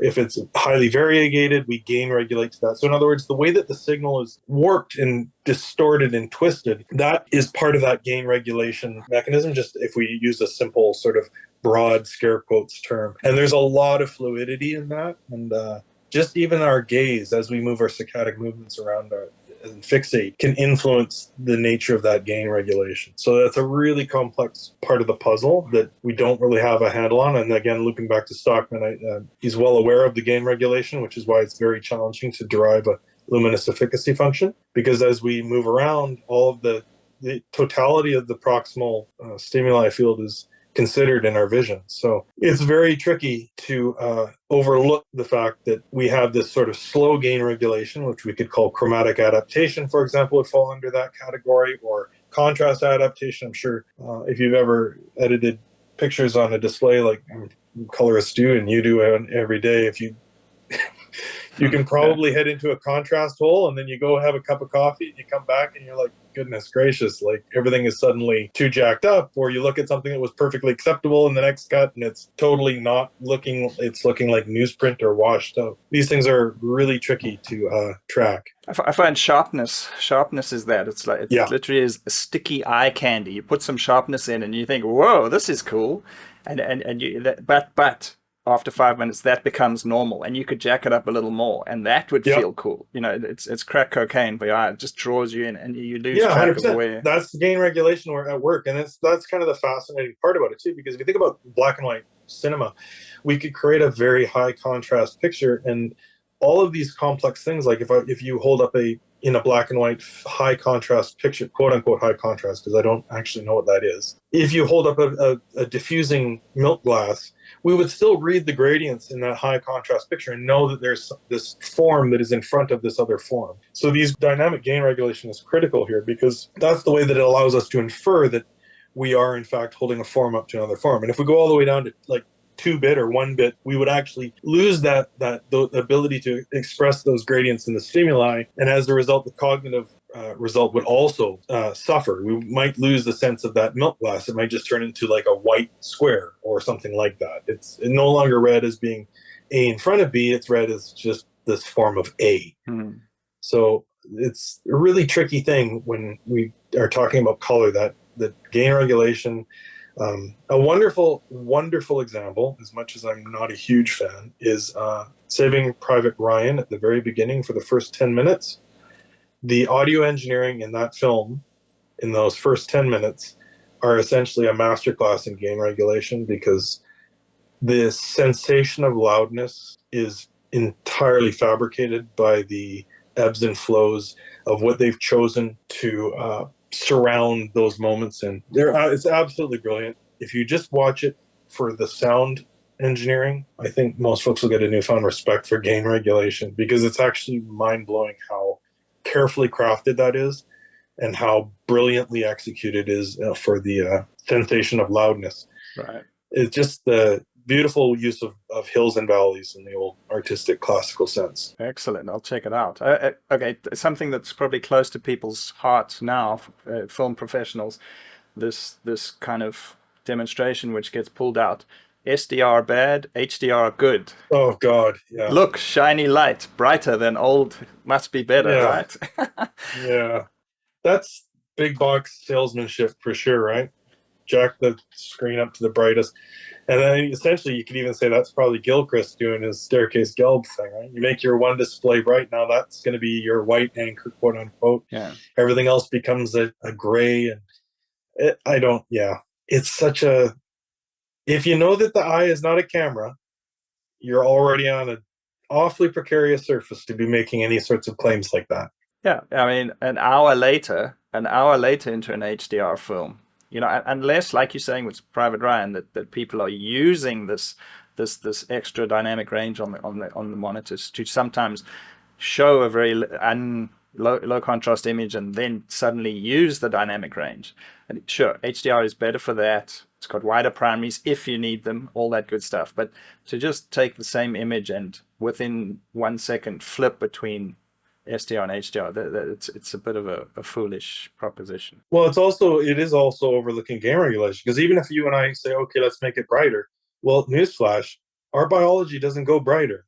It just adapts. Yeah. It'll either expand or compress. Yeah, so you're actually, all you're doing is pounding the floor down. And in fact, like if you, a really good example is the Eckerl and Fall demonstration of the instant gain regulation, which is probably enmeshed with decomposition, but where they have a low articulation and the discs are identical stimuli, and then you have a high articulation and the discs now become much more muted, much less colorful. That's a very simple case in point. Like, you can't just simply keep making something quote unquote brighter and expect people to say it is brighter, because it's actually changing the entire visual cognition signal. So if you just keep making things bright, I mean, look at what happened. We know the answer, right? You take your cell phone out in your room, you walk out into a brighter room. Newsflash, the room is brighter, or the ground is brighter, but you now can't read your phone because we've gain regulated that into the floor of that whole signal. So it's not the case. Again, it works wonderfully if you think the eye is a camera. It doesn't work wonderfully if it's an increment decrement signal that's completely gain regulated along the entire chain. Yeah. Then it's problematic. Spatially and over time, right? Yeah, exactly. So you got this instant version where we can literally have a sense of the gain regulation as we move our fixation around. But then there's also this temporal sort of what has come before. And in fact, Dr. Eagleman, I believe it is, has done a ton of research on vision and time. And we actually are so predictive that we will convince ourselves that something happened when in fact we actually predicted it was going to happen. So there's that really slippery time cognition aspect and again, Saving Private Ryan in terms of the audio is wonderful, because they give you this lovely little mellow moment there's one of the shots where the camera bobs underneath the water, and it's more or less subsonic sort of sound. It's like that sort of water in your ear vibe. And then it bobs up above, and the sound design is all these high frequency, sharp bullet hits and whatnot. It's a really good example of exploiting these things. And I don't know if it happens necessarily enough as it could in the visual side. Like, I do know that Chung Hoon shot one of Park's films, I think it was Lady Vengeance, and they intended it's Lady Vengeance fade to white, and the film, I believe, starts off in color and gradually transitions to black and white. It's very hard to find online or in streaming. And they were going to bookend it with the film that started off in black and white and then progressed to color, but I don't know if that came to fruition. But definitely the Lady Vengeance fade to white did. And it's an interesting use there, because you can imagine that over a shot, you could actually subtly steer down the stimuli gradients. And then if you really need something to, the classic make it pop in your next cut, or as it shows up, you could have it really stretching the gradients a bit, just using clever dynamic cognitive magic tricks, if you will. Okay, so then our third tick on the list is field propagation. Now this one I find is quite, I don't know, it's best described by what you say is the watercolor effect. I mean, to me, that just makes it gel. Yeah, and it's all over. Chevreul, it has a wonderful, the old Chevreul quote unquote effect is the one where you have continuous strips of stimuli, and as you look, you'll see gradients form between the strips. And this happens like if you put up like the swatches that are on your monitor there, if they're actually butted up to each other, you'll find that the color will, in fact, you'll cognize a gradient of color and value across the continuous strips. And the field propagation is everywhere. It's like so prolifically omnipresent, if you will, that you just don't even realize it's happening. But it's clearly something that's important, because it's a very subtle thing at times, but it's enough of a cognitive nudge, I think, that is sort of like a biological house advantage, if you will. So things like crispening is part of field propagation, neon color spreading, part of field propagation, watercolor effect, part of field propagation, chromatic induction, that's part of the field propagation. And it's just really an extension of the idea that we have this electrostatic signal that is, in fact, electrostatic, and the charge can... You mean inside the nerves? You mean once it's inside the nerves, right? Yeah, I mean, everything is essentially electrostatics at that point, right? We're kind of a big electrical bot. So the idea that these signals are propagating shouldn't really be as alien as we think they are, because it's electrostatics. So why wouldn't they propagate? Why wouldn't there be field influence as these electrical charges are moved around? Because last time I checked, we kind of have to worry about that in our kitchen oven and toaster and that. So these things are very real and they're very hard to escape. The original analog. The human analog. I think part of the interesting part of it, though, is that we don't realize that it's happening until you have these isolated cases that show exactly how powerful they are. And the Addleston snake demonstration is one that shows incredibly strong field propagation in between the diamonds. So it's that cognitive structure is in fact working, but it has a bit of a leg up through these interesting lower level mechanisms, if you will. Well, I mean, all of this speaks to these three: increment, decrement, gain regulation, field propagation. They all speak to. Okay, I'm just in my mind. I'm always like thinking, okay, so how do we design the ideal output transform for film work? It's like, ooh, it can't be static. That's where my mind goes. Like, okay, because the biology is dynamic, so hence the manipulation has to be dynamic. That's part of that's you guys. But there is something to be said there. Like there is something to be said that in terms of forming the picture, we've been stuck with this pixel by pixel approach. And in fact, if we know that the increment decrement signal is a gradient, are there branches of picture forming that we could do that augment where film might not have been able to go? So it's a really interesting, like, for example, we know that chromatic induction happens. Say we light up our room with a sky panel and it's totally a very, very colorimetrically pure blue. And then we put a sphere in there and we put the sphere in the center of the room. And now as we're standing there, the whole thing is just blue, and it's all essentially just this gain up or down shadow. But in the picture, on the top of the sphere, we'll actually see something that's like the pictorial exposure is now reducing the colorimetric purity, and we can actually get a better sense of the form of the sphere. And that's really interesting, because if we take it up a couple stops, well, now the sphere is white on there. We've run out of, in terms of chemical film, we will have burned through the layers and we'll have white there.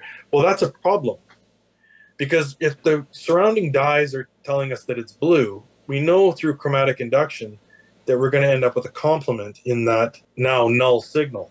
That's probably not what we might want to at least say, well, maybe that's not the best choice. Maybe we don't want a sort of cognition of a yellow manifesting there or twisting towards a yellow. Maybe we want to somehow keep it blue there. And if we think about lighting up a sphere with a red in the frame and the blue, well, you can't do that with one overarching pixel by pixel chemical film approach. You might want to have the gradients around those things considered so that we can steer the nature of that purity dimension as it goes upward in the display volume, if you will. Yeah, well, that's the realm of future research. Let's say that those three concepts is quote unquote roughly what is happening in the eye and the brain and how it's seeing things. Those are three low level mechanics. Yeah, I think those are important things. Those are like the things that are happening. Those are very low level. To the best of our understanding, those are things that are at least partially where they begin as low level.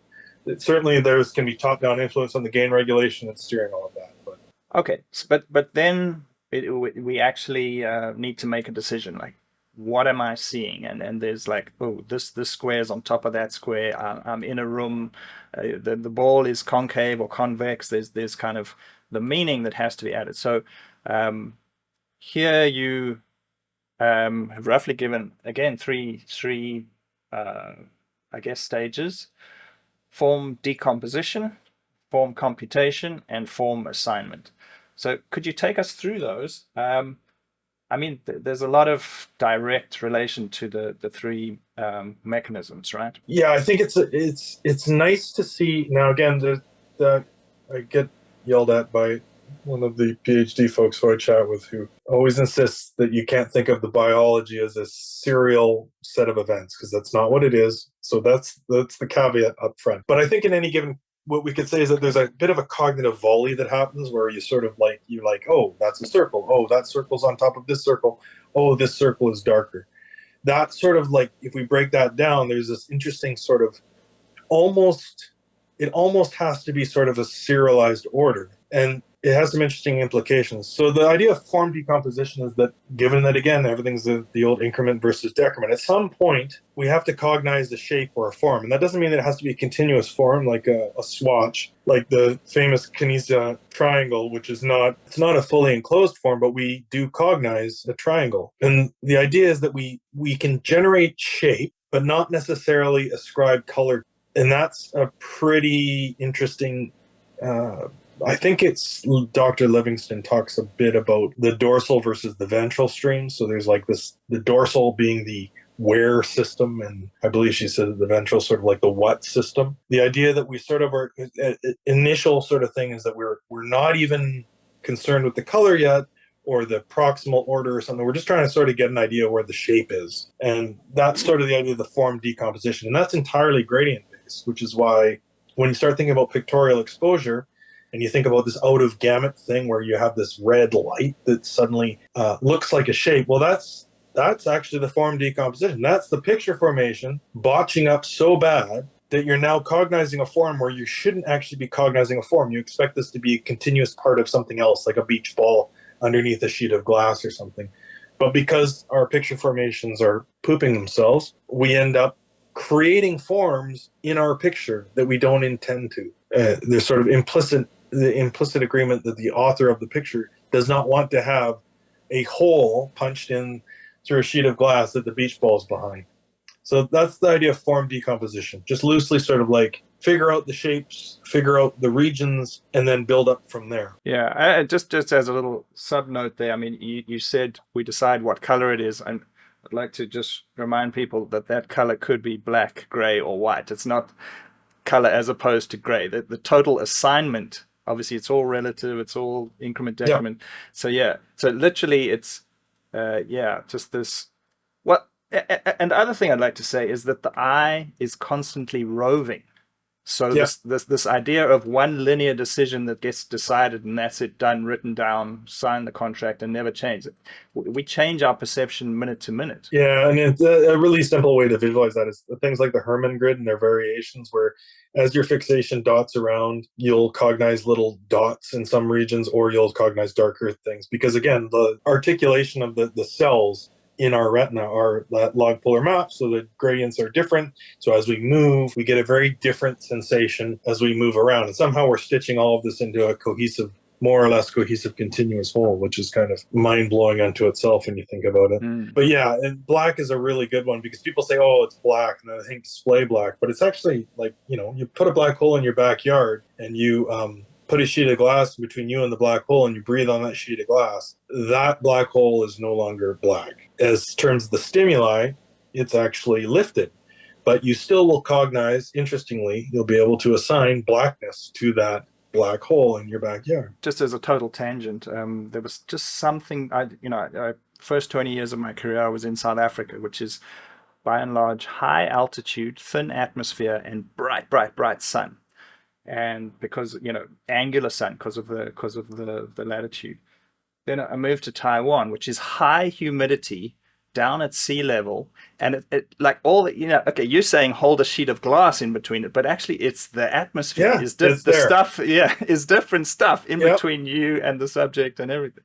When you realize the increment and decrement signals are powering everything, if you ever get a chance where you're actually in thick fog or mist, it's an incredible opportunity for learning, because just as you look around, like for example, I remember driving to work and I saw traffic lights, and the traffic lights were way off into the distance. They all are the exact same LED, and I had to actually convince myself to see the stimuli as less pure as the traffic lights were going into the distance, because of course I was cognitively convinced they were exactly the same, because that's kind of what our job of visual cognition is doing, is decomposing that. But at the same time, I was really struggling to see the stimuli. Like, it was very challenging for me to say, oh, that red light that is barely visible in the fog is actually a different red stimuli wise, because of course it's also innate, it's also natural, it's also pattern. Your top-down processing and say, yeah, they're all traffic lights, hence they're all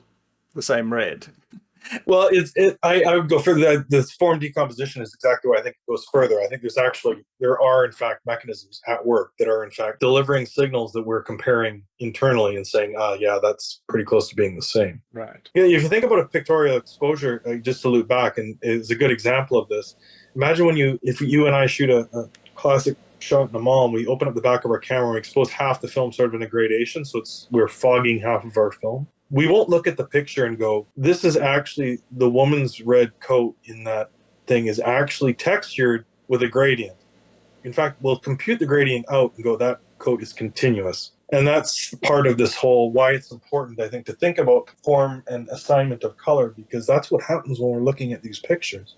As the exposure goes up in the deep background, as somebody walks into the sun, you don't go, you don't say, oh, they're now wearing white jeans. So why doesn't that happen? And these are the sorts of things that I think are important when we think about pictorial exposure, to draw our attention to them so we can see that this is actually something that somebody's got to write in the software chain. Okay. Art's role is to question to make us understand what it is to be human, and also to question our assumptions. So why do we always paint on a flat white canvas? Why are screens always, like equal luminance left to right? So just to be absurd about it, if canvases were always a gradient, then you'd have to, as you were painting your scene by the sea, on the left-hand side, you'd have to do certain type of inversions, and on the right-hand side, you'd have to do other inversions to get the feeling of that seaside painting. Just to be absurd. Yep. I have an incredible demonstration that somebody because of course most people who are around color and that, they flip out when they realize about the increment and decrement, and they realize all these obvious things that are just so not obvious. He did a matted version of this store. Essentially, it's a Jiffy Mart type thing, and there's these three colored bands on above the door, and he matted them out in such a way and did a localized test strip so that we have like 10 different strips of exposure, but he held the strips continuous, so it goes from being embedded at the exposure to crossing across the exposures. And the cognition of the different color is wild, because of course in the exposure you're crossing all sorts of gradients, and you're going from an increment potentially to a decrement. And it's very interesting. When it was such a clever demonstration that I was like kind of smitten by it. Just, it's amazing when somebody sort of is exposed to something that they now take and run with it and do a demonstration that you just never thought would. It is so on point and so elegant. It just mind-ripping. Those, I think, are really, really rewarding to see, especially when it's not somebody like me sitting in the trenches trying to slug these goofy demonstrations out. Because it can be a little bit, they're a little bit challenging to try and figure out what you're trying to demonstrate at first. Yeah. You have to have a very clear idea and then figure out how to break it. Okay, so we have form decomposition, we have form computation. Okay, we said it's not a 1, 2, 3 process, but are we already saying red ball at this stage, or are we just saying, okay, circular and lighter or darker than the background, or more or less this than the background? Well, this is why Dr. Say's demonstration of the modulating squares or disks, he attributes in his paper, he attributes it to attention, where we look. But in fact, you can do it with your fixation in one spot. You just totally modulate it just using cognition. By modulation, just to explain, by modulation, you saying it feels like this is on top of that, or this is a hole, this is protruding, etc. Yeah, and in his case, it's just two simple disks or two simple squares, and we actually literally can see the squares change in darkness. One becomes darker, one becomes lighter. The other one becomes darker, then this other one becomes lighter. And it's a perfect example of this idea of this flurry, this little volley of operations, because how can we clearly get a sense that A is over B, even though the stimuli is the same. So this is that critical sort of first step, is the form decomposition. We have this momentary cognitive thought where we are, this is an edge, this is a square, it's a square, it's this over this. So it's this one over this one. At the second stage is the computation stage, where we've sort of almost created a CGI plate, if you will, where we've said, this is over this. And as a result, now we can backwards calculate to use, all this stems from some of the early researchers like Horn, Berthold Horn in the 70s, and Blake in the 80s. All of this orients around shape from shading, which was a very important step in this cognitive scheme of things. So this idea that we have this form, and now we've we've said, this form is over this form. We have the plates now to do the computation and say, if the stimulus is this and we have the field propagation working, then this must be darker. And that's the final stage, which is the assignment. And all of that happens in like this little tiny flurry. And the beauty of the say demonstration is that you know that this is cognitive because the stimuli is identical. And it's a very visceral response when you look at it. You go, oh, this is darker. Oh, wait a minute. I can make this other one darker. And as a result, you get a sense that just for that momentary, again, nothing is serial, but for that momentary slice of time where your cognition is saying, I'm inferring this square is over this square, and therefore this square is darker. Right. So it's sort of like the form breaks down the form. Then we have the substance that we need of the plates, and now we can calculate what is the color of the plates. In this case, which one is lighter, which one's darker. Yeah, I think that's. I love the. Okay. We typically say, okay, how would it be if it was a computer language, and it would just be a little routine that would keep looping. But as we say, it's biological. It's not. It's not. It's sloppy.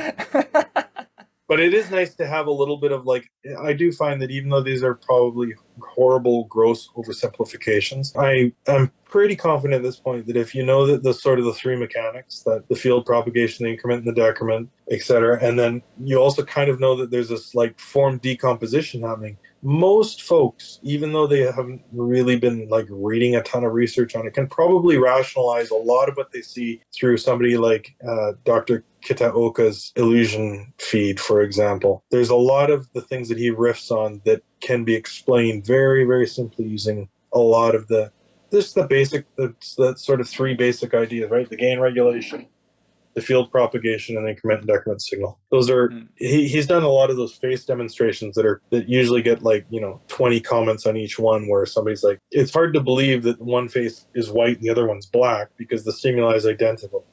So the assignment of the color is clearly happening somewhere else, and how that's happening is actually really, really, I think it's useful to people to have a little bit of a guide rope to hold on to, and that's why these gross oversimplifications are kind of helpful, I think. Starting point. Yeah, definitely.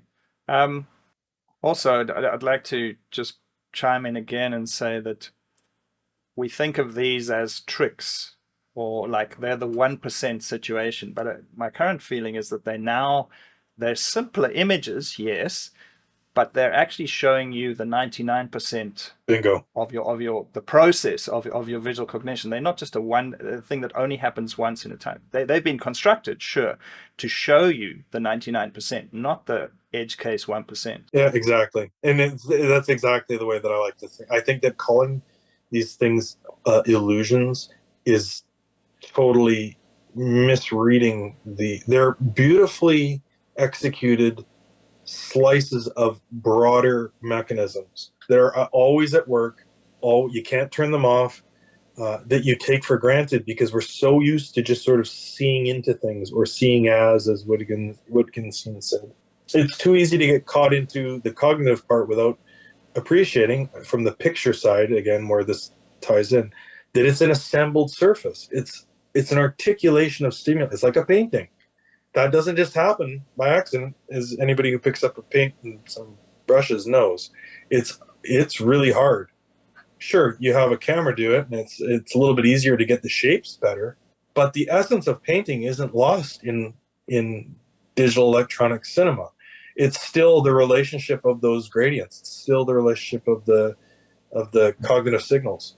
You're still dealing with that, even though everybody tends to think it's a little bit more sciencey. I don't believe that's the case. It's still a wide open sort of understanding the relationships of the stimuli and why it provides us cues to a constructed cognition. I mean, just to start heading towards some practical examples, I do remember a case, a story that a colorist told, that the product itself, car or something, a can of something, was very cyan, and it was kind of a certain cyany turquoise that they couldn't really reproduce on a CRT monitor.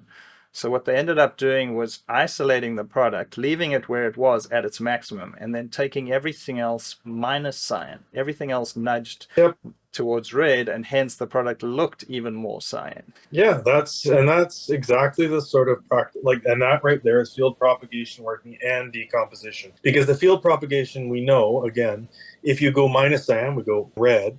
We know that if we take everything reddish, that the signal, as we hit that achromatic plateau, the quote unquote R equals G equals B, we are now no longer white or achromatic. We're no longer without color because we're viewing it as a decomposed under the red, and therefore it becomes a cyan. So there's a decompositional aspect. We read it as a cyan because if that were under a red filter, the correlated signals suggest to us that it is a cyan. But further than that, the field propagation is actually pushing that even further, because as the signal goes from this bias of red up to the R equals G equals B, it's actually, the field propagation is propagating along the chrominance signals, and it's actually tinting it subtly, which you get a sense of when you look at the watercolor effect or you look at the neon color spreading. But watercolor effect is a really good example, because if you look at the watercolor effect, you can actually see that there's a very carefully constructed gradation between the two lines, and as a result, it flows in. Another good example for that is, of course, glare halo, where the two interiors are identical tristimulus, but one appears like vividly, strikingly more bright. And even Adelson's snake, I did a variation where I made the diamond's peak display value, and it feels brighter than the peak display value of the other R equals G equals B at maximum. Same thing. That's a field propagation and a decomposition at work. And the other really fascinating one was the riff that I did on Dr. Say's work, the modulation. Just by changing the center stimuli of that center square, say you have two of them on the screen at once, you change the darkness of the center square, and the modulation of your cognition of the darkness will become darker than the other one, which is a greater emission. So it's very interesting. That one is such a mind blower, because the fact that you're propagating this darkness from that center square is mind blowing. Because again, the outer stimuli is not changing, just the center square is. Right. And if you take it to the extreme where like you have just a little tiny bit lower emission than the other squares versus really, really down near the floor of your display, or if you use the inverted one, you push it up because you can do them in opposite directions. The degree of lightening and the degree of darkening is shocking. It's absolutely shocking. Your cognition is just flipping it as you move it. Yeah, but not just flipping it, but like determining how dark it needs to be based on that center square. That's the part that's the completely tripping part, right? Because most of the time people would say, oh, I want to make it more red, or I want to make it more dark. Well, in this particular, if we think about the three forms, there's the two outer square portions and then the central square portion. We're making the outer squares darker by changing the center square only. That's pretty trippy. Yeah, those circles also seem to have the property that the one feels bigger than the other. There's kind of a size. Oh yeah, for sure. All sorts of those crazy things going on beyond that too. I don't. My particular point of interest is just the relation of the gradient signals, because of course that's related to pictorial exposure, and you got to be very careful. You don't think about the pictorial exposure as the size aspects. They're very interesting, and there definitely are a bunch of research threads there. But for me, it's just focusing on making the picture, and that's a little bit more. Thankfully, a little bit less complex, as much as it's not that easy. Okay, so we have some mechanics of cognition. We have a quote-unquote process, the stages of processing. Now, when it comes back to actually making images, you've got it seems, you've spoke about gain and offset, and it's like, great, it's simple again. Okay, I've got two axes, and there we go. But so yeah, this is a like an attempt to be now out back at the controls of your color corrector, making changes to create different creative effects. And you've kind of isolated, or you mostly talk about these gain and offset, like the X and Y axes on it. And any picture could fall somewhere on this grid, and it can have properties of both. And I guess 100%. It's also relative to something else, of course. Yeah, well, if you think about, if we take a textured gradient card and we walk it into shadow, we are literally along that gain. We're sticking tightly to the gain dimension there, and we're walking it into shadow, so we're gaining the signal down, down, down, and then we could gain it up, up, up as we get it, bring it back into the light. But we could also walk that graduated card underneath a piece of milk glass, and we will still cognize it as being a graduated card, and we will still cognize it as having maybe a black left side and a white right side, but it will be completely constrained by this offset range. So it's kind of the idea that is sometimes used is that the idea of seeing something in plain view becomes sort of the referent, if you will. So in the Gilchrest model, he calls it anchoring. So we anchor to the white, but we also anchor to black. And that would essentially frame the in plain view cognitive gamut, if you will. And then within that cognitive gamut, we can have sub-gamuts. So if you imagine a colorful card now going underneath milk glass, the color is not infinite underneath that milk glass. That could be the purest of spectral reflectance, like it could be flower petals, if you will. But it will still be compressed into this little sub-gamut that is now under this offset dimension. Yeah. So you end up, and the same thing could be said with shadow. As we move it into the shadow, the range of the values is now, that little cognitive gamut is crammed into this smaller range, if you will. So you end up with a sort of infinite series of infinite gamuts in a way, which is kind of an interesting way of looking at it and ties into the idea of multi-stability and everything else. But it's sort of, once you wrap your head around the idea that you could have multiple blacks and multiple whites in a picture, it's kind of obvious, but it is not viscerally obvious until you play along the simpler dimensions of like a shadow, for example, is a simple gain. Milk glass would be a good example of a simple offset. And there's variations. They could be biased. Like a blue filter is, in fact, a biased gain dimension. We're gaining, but we're gaining in a lopsided, not equal manner. And the same thing could be said of the offset. We could have a tissue that's been dyed red. So it's scattering sort of a red tinge. And a lot of you look at the Akiyoshi Kitaoka, the mind-blowing ones are, in fact, this idea of playing with the gain dimension and playing with the offset dimension. He'll often do two faces, and you immediately are into the decomposition mode where you're like, this face is underneath this yellow milky filter, and therefore the face is in fact blue and black. But this exact same stimulus over on the left is now just in the gain dimension, and it's actually like a, yellow and whatever. If you roll through his feed, you'll find them, they're all over. It's just a very useful set of coordinates of having gain and offset to know that there's these interesting dynamics at work, which echo for anybody familiar with alpha over or vision through atmosphere. There is this reoccurring theme that we have a gain axis and we have this offset axis. So it has this broader arch if you care to look at it, but in terms of grabbing onto sort of the gist of it, it can be kind of useful to think of it as simplistically as a gain and an offset. Right. Well, it's biased gain. I'm picturing now the blue piece of glass half covering the red beach ball. Yep. It's still a red beach ball. Yep. Exactly. Exactly. And it's interesting too, because when you talk to colorists, like I actually asked a few colorists this, and sometimes you get useful answers. Sometimes you get numerical scientism answers. But my theory was that the linear toe version of log gratings feel more useful, because if you are using three wheels of lift, gamma, and gain, and you adjust one that has a true log, the zero value will remain anchored at the floor.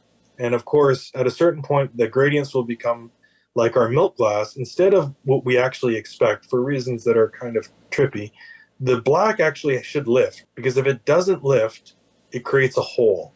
And the common refrain that I heard was, well, the blacks get stuck or colors get stuck. And that's like a very informative description, right? Because you're actually talking about this decomposition, and now we're crossing a certain gradient threshold in our visual cognition, and now we're reading that as a separate form as opposed to being a cohesive part of another form under something, which is a really interesting way of just sort of like revisiting a lot of the things that we already, like lift, gamma, gain. Look at the controls. Like it's interesting that you can do so much with three wheels, but then you realize that offset and that gain, well, hey, you literally have two of those knobs on your wheels.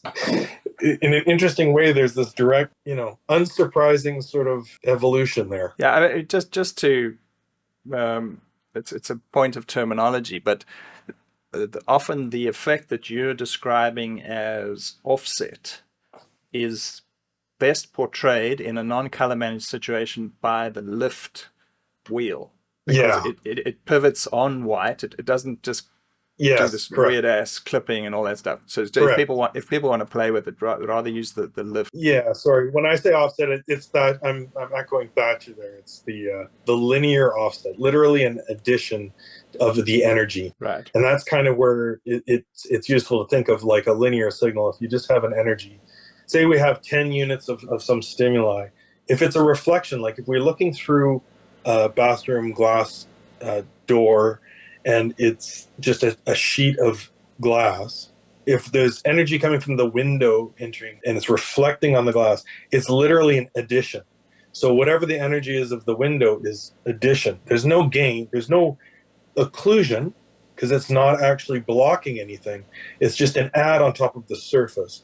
Whereas if it's a filter, it's a gain. It's either neutral density where we're actually constricting the energy in a uniform manner, or we're permitting it, we're growing it, we're increasing the emission, like a sign at night, for example, backlit signage at night. That's just essentially a gain dimension, right? We're just increasing the energy. Right. So yeah, when I say offset, I mean the linear version, which in your grading suites is a pivoted lift.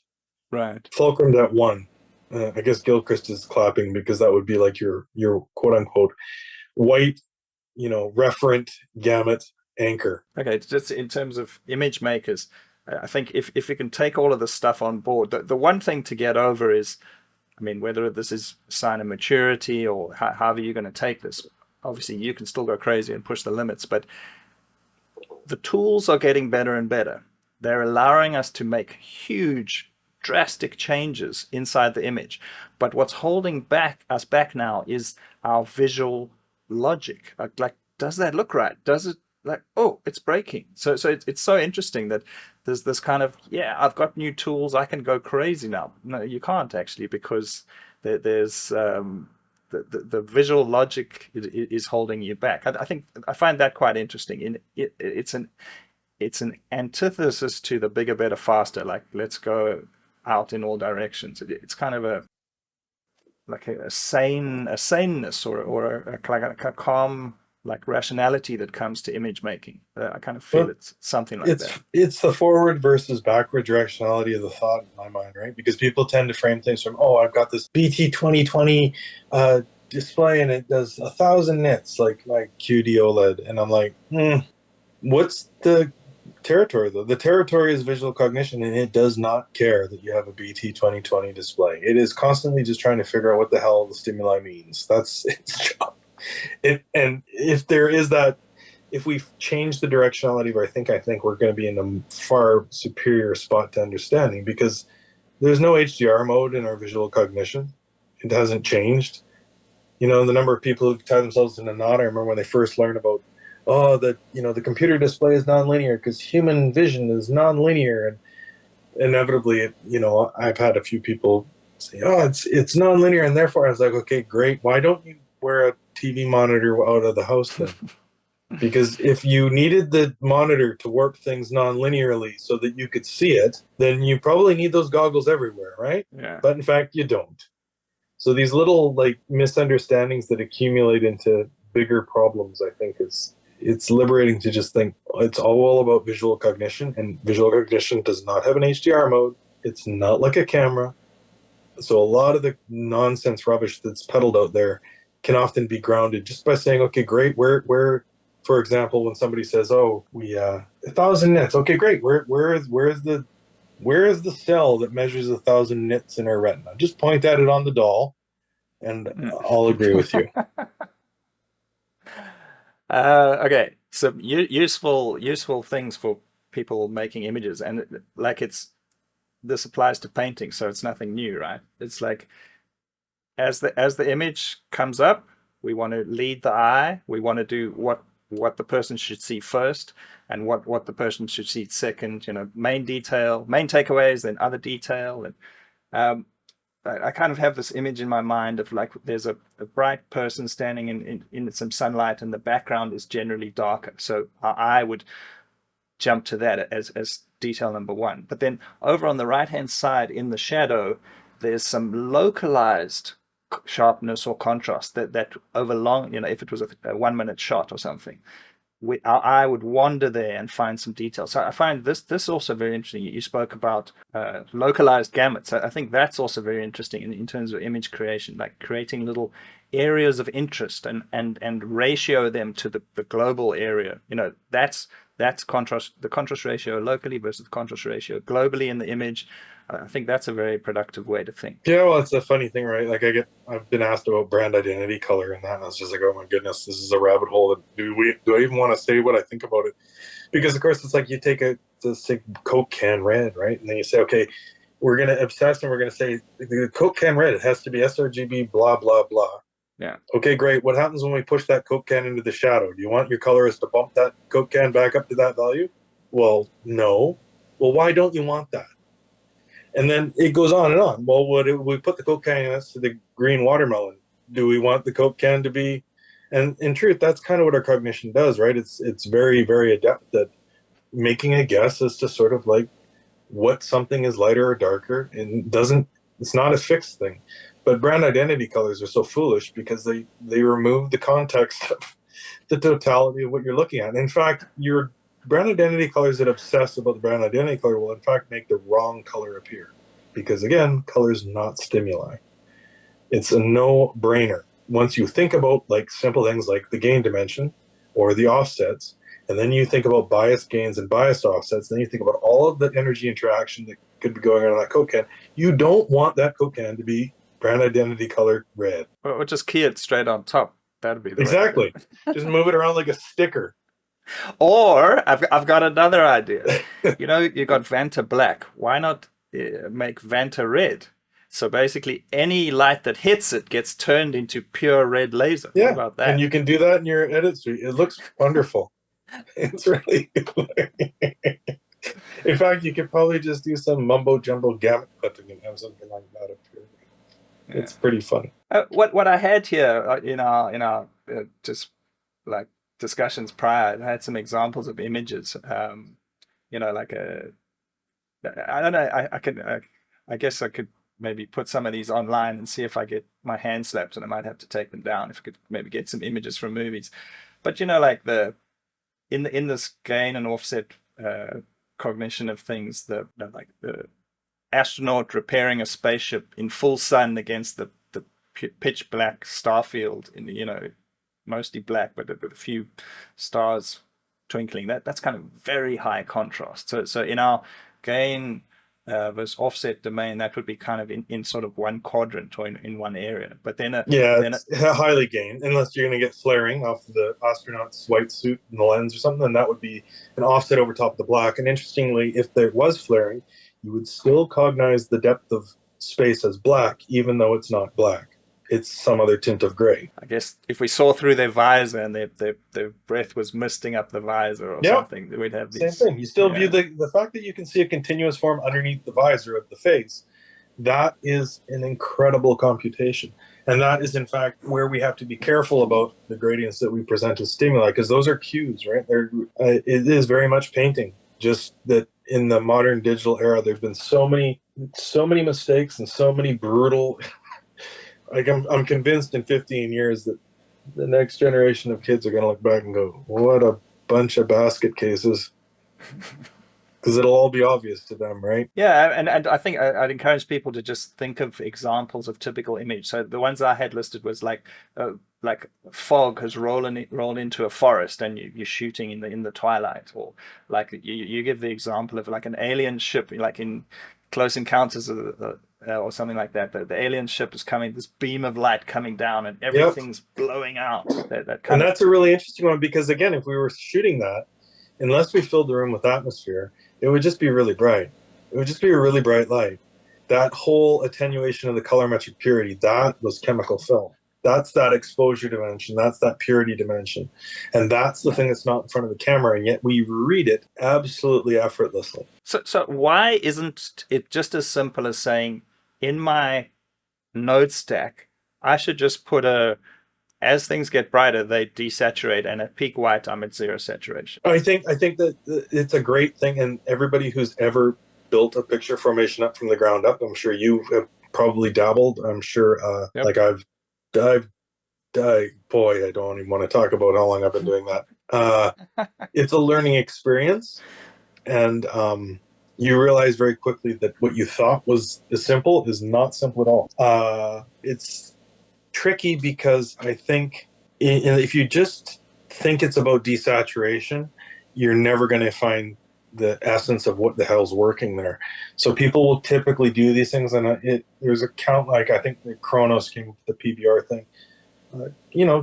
Good, clever group of folks, but ignoring the cognitive side comes with a price, and you'll see it if you fart around with that PBR neutral picture maker. I think that it's important to not just think about it as desaturation, because that starts that same idea of highlight roll off and everything. We have to stop thinking in terms of these demarcated points in our volume of cognitive colors in front of us, and instead think of it as these sub-gamuts, if you will, right? So like we have to be very careful when we put a diffusion over top of those colors, that we're now creating a constrained window, right? We've put a floor in. If we've lifted up using a lift operation, it's very easy. If you roto out a chunk like a wheel of a car and you lift up the whole picture, but you keep the car separate, you'll create that interesting form decomposition where it becomes like over under or over through is one way I like to think of it. It's either like a sticker on top or you cognize it as a whole. And that's why you can't just desaturate. You have to have a little bit of a deeper insight into why things break before you can figure out possibly where things don't break, and then make your own conjectures and give it a try. By the way, I would encourage everybody to try what Paul just described. Give it a shot and then put it to the test and see if it holds up. The stage kind of that I went through, basically from the telecine era where the colorimetry was set. Just whatever looked fine on the CRT monitor, you twiddle the lift gamma gain until the client's happy and you're done. Or you have Kodak test charts, and that's fine. Then we jumped over to digital thing where it was for a couple of years before the LUTs, the color management came out. We were literally doing the same thing with lift gamma gain, but just digitally and twiddling it. So we didn't have this color management. Then the color management came out and it was like, okay, great. At least I know how Ari must go to 709 or red must go to 709. That's set now. And then this big like relief and like aces and color management and many input cameras, common working space, and many deliveries. Yes, it's finally been cracked. Yes. But what we're talking about hints to me to say that it does hint to one version of each film, and only one version of each film. It's kind of, it's not saying it has to be that, but it's got that air about I've got one creative intent and it should be seen by everyone in the same way, and also not a preset way of handling things and moving it around. It's kind of make the decision on every shot. I know that's very labor intensive but yeah. It's what we do. It takes the automation out. Yeah. Practically speaking, if we think about a painting, how many starry nights are there? Yeah. Under this brave new world that some folks might propose to you, they're going to tell you, actually, what really is the real picture is the stimuli outside of Van Gogh's window, and you're just getting a display referred version. And if you had the best subscription and you had a better television, you'd actually get the much more authentic version. It's rubbish. It's complete, absurd rubbish. The picture is a thing unto itself. That's like you take any book off your shelf and you look at it and look at the words inside of it, and it's the arrangement of the words that matter. To say that it's like, well, actually, that's a display referred version of an actual tree that E.E. Cummings is describing. So if you just had a better subscription, you'd get a much better version of it. I don't like the term display referred. I find it like offensive. Maybe if you up-res the quality of the printer of the book, then the text would be finer resolution and then it would mean more. Yes, exactly. Would be far better off, right? But I do think that we have fallen off this, like, there. It's again that directionality thing, that if you think that the stimuli, that the error, that the idea that the stimuli the picture is in its ideal state when you just convey the stimuli that was in front of the camera is nonsense, because you've just cut off all of cinematography for like 100 years. That interesting relationship that I was saying, when you say, well, why don't you just desaturate it? Well, the problem with desaturation is actually very practical, in that as we desaturate, we are going towards typically the luminance of the color. So as we linearly interpolate in the classic desaturation in most software packages. We pull out the chrominance component and we migrate towards the luminance. So as we meet in the centroid. But the problem with that is that it essentially throws out the chrominance signal, and that's a really important part of it. And that's that interesting thing that happened with chemical film that has to be formed in digital, that doesn't just happen, is that energy to density relationship. So as the general energy goes up, the density depletes, and we end up with this interesting, to draw back the idea of a subgamut. If we think about every increment of energy in our film stock, there is a sub-gamut in that area. We can't actually punch through the floor of it. We can't make something more pure at a certain energy level. And as a result, the picture is more cognitively cohesive because we're not punching the floor. Provia, notwithstanding, or things that use DIRs or DIARs, the development inhibitors, which would violate these natural sort of, the not natural, the sort of the coupled state of the energy to the dye relationship. Yeah. So that energy to dye, that energy to density is really important. It's very clear that it's something that we don't think about. And that the entirety of that is swept underneath the rug of display referred, or it's become a bad name. Like, you have to grade under the picture formation. I'm like, well, the very first colorists in the world painted on top of black and white film. That is not possible under this orthodox view of the world. You can't tint a picture properly under this orthodox view of the world. The tinting one is funny because I pointed it out to a lot of colorists that texted me in private, going, that they couldn't, they were like, it's absolutely true, you can't tint. I was like, yeah, it's just that we've swept this whole picture formation to the end of the chain and nobody pays attention to it.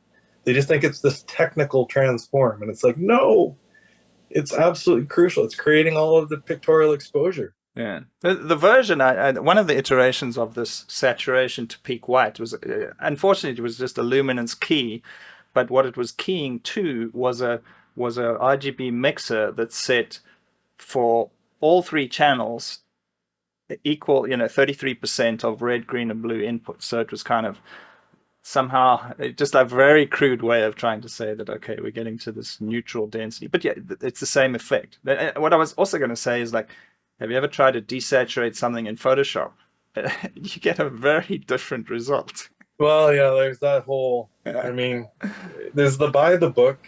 I believe it was Dr. Poynton who introduced the term luma to suggest that when you are applying a luminance weighting on encoded values, that becomes Dr. Poynton's term luma. When you're applying it on the linear wattages or linear colorimetry, then that's luminance. And it's a useful distinction, but, at the point where you can talk to somebody and they can understand what you've just said, and it didn't just come out like dog listening to owner, you're dealing with a very specific audience. Probably the one person who will watch this will understand it. Okay, so let's maybe as a way of wrapping up, if we say the standard components of look design, and based on what we've said for the last hour and a bit, you can't just say ignoring the technical transform. So including the technical transform, typically we say we have a contrast curve, like a 1D curve, the high or low contrast that this film must have. We then also do color movements like white balancing or split toning, like we create separation by darking, by blue in the blacks, warm in the tops, or teal and orange as Yep. the gross thing. And then we also change the color palette. We saturation versus saturation. We swing hues. We, like, typically greens and magentas would be desaturated or swung off in the teal and orange world of things. So kind of those three operations as a 1D curve, split toning or white balancing, like day for night, we'd balance towards blue and desaturate and whatever. We'd change the ratio of HSL. Might do some gamut operations, and then we'd mess with the texture. Sharpen, soften, grain, glows, and all those things. That kind of never goes away. So even if you're just using bulk standard colorimetry, you're essentially letting the manufacturer make those choices for you. If folks start to pay attention to the fact that again, I draw attention to pictorial exposure. That does not exist in the camera. It's not going to just suddenly go to white, as it were. That's entirely engineered. And if you're leaving that up to some number bumpkin or somebody else, it's a bit of a problem. And it's not discussed because there's this erroneous idea that the camera's recorded the picture or captured the picture, those ideas. It's put the paint in the tubes. It's captured the stuff. Yeah. You say this gain thing of the thing. Yeah. But it's had made no decision about how much paint must be squeezed out and where. Yeah, and if you just do a basic sort of quote unquote colorimetric transform, the moment we add colorimetry, we're actually breaking stuff because we're now, we're in this world of absolute colorimetry, and again, visual cognition has none of those cells. So it should be unsurprising to us that when in the old days when you went into your telescene and you took, I believe there was an era there where colorists would just take the density values and treat them as emissions. They didn't even properly roll them through a density to transmission transform and LUT or whatnot. They just started to work on the density measurements or the Cineon measurements and grade it. Well, you still have that energy to density relationship from that scan built into that. You're actually in a better place than if you go to colorimetry, ironically. The answer is to carry on shooting film. That's what you're telling me. Yeah. Actually, it is a simpler answer. We just need folks to realize that where the picture is being made is in fact that thing that everybody is commonly nowadays, I think, Resolve took the term from baselight, which is that DRT, the display rendering transform. That's actually the picture formation. You should pay attention to it because how that happens, it's not science, there's no method. That little tiny step that everybody thinks is at the very end, you're already done. That's building the picture. So pay attention to that and pay attention to how those gradients come out of it because it's really tricky stuff. We need more people looking at it. We need more people empowered to think about the problem and not think that it's solved, not think that there's some mathematical solution. They're not being told it's some magical Cartesian color appearance mumbo jumbo nonsense. It's all Kodak's late era bogus nonsense. It doesn't work. It's not the way it works. Scene versus display. Yeah. Oh yeah. I understand it's a useful thing to say. Oh, it's a scene light, but it's we should already know that negatives didn't capture the stimuli in front of the camera, and then the dyes that put in the neg aren't, and then the print, etc. We know that that's totally bogus. It's useful as a division of saying, okay, that's the energy in front of the camera. That's useful. Stages. Mm-hmm. And then the picture is the energy that's actually coming off the picture, like a reflected print or the energy being emitted from the display. But to say that it's about a simulacrum of the energy in front of the camera is nonsense. We got to stop thinking like that. It's not the beautiful thing, pictorial exposure, that is not in front of the camera.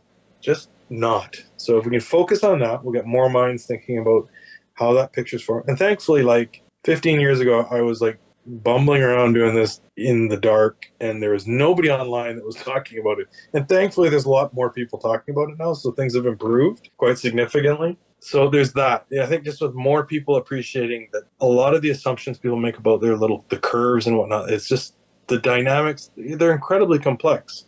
And making that the step that makes the picture, the thing that finishes it off, that very tail end of the chain is the most important thing we should be paying attention. Yeah, it's not cast in stone.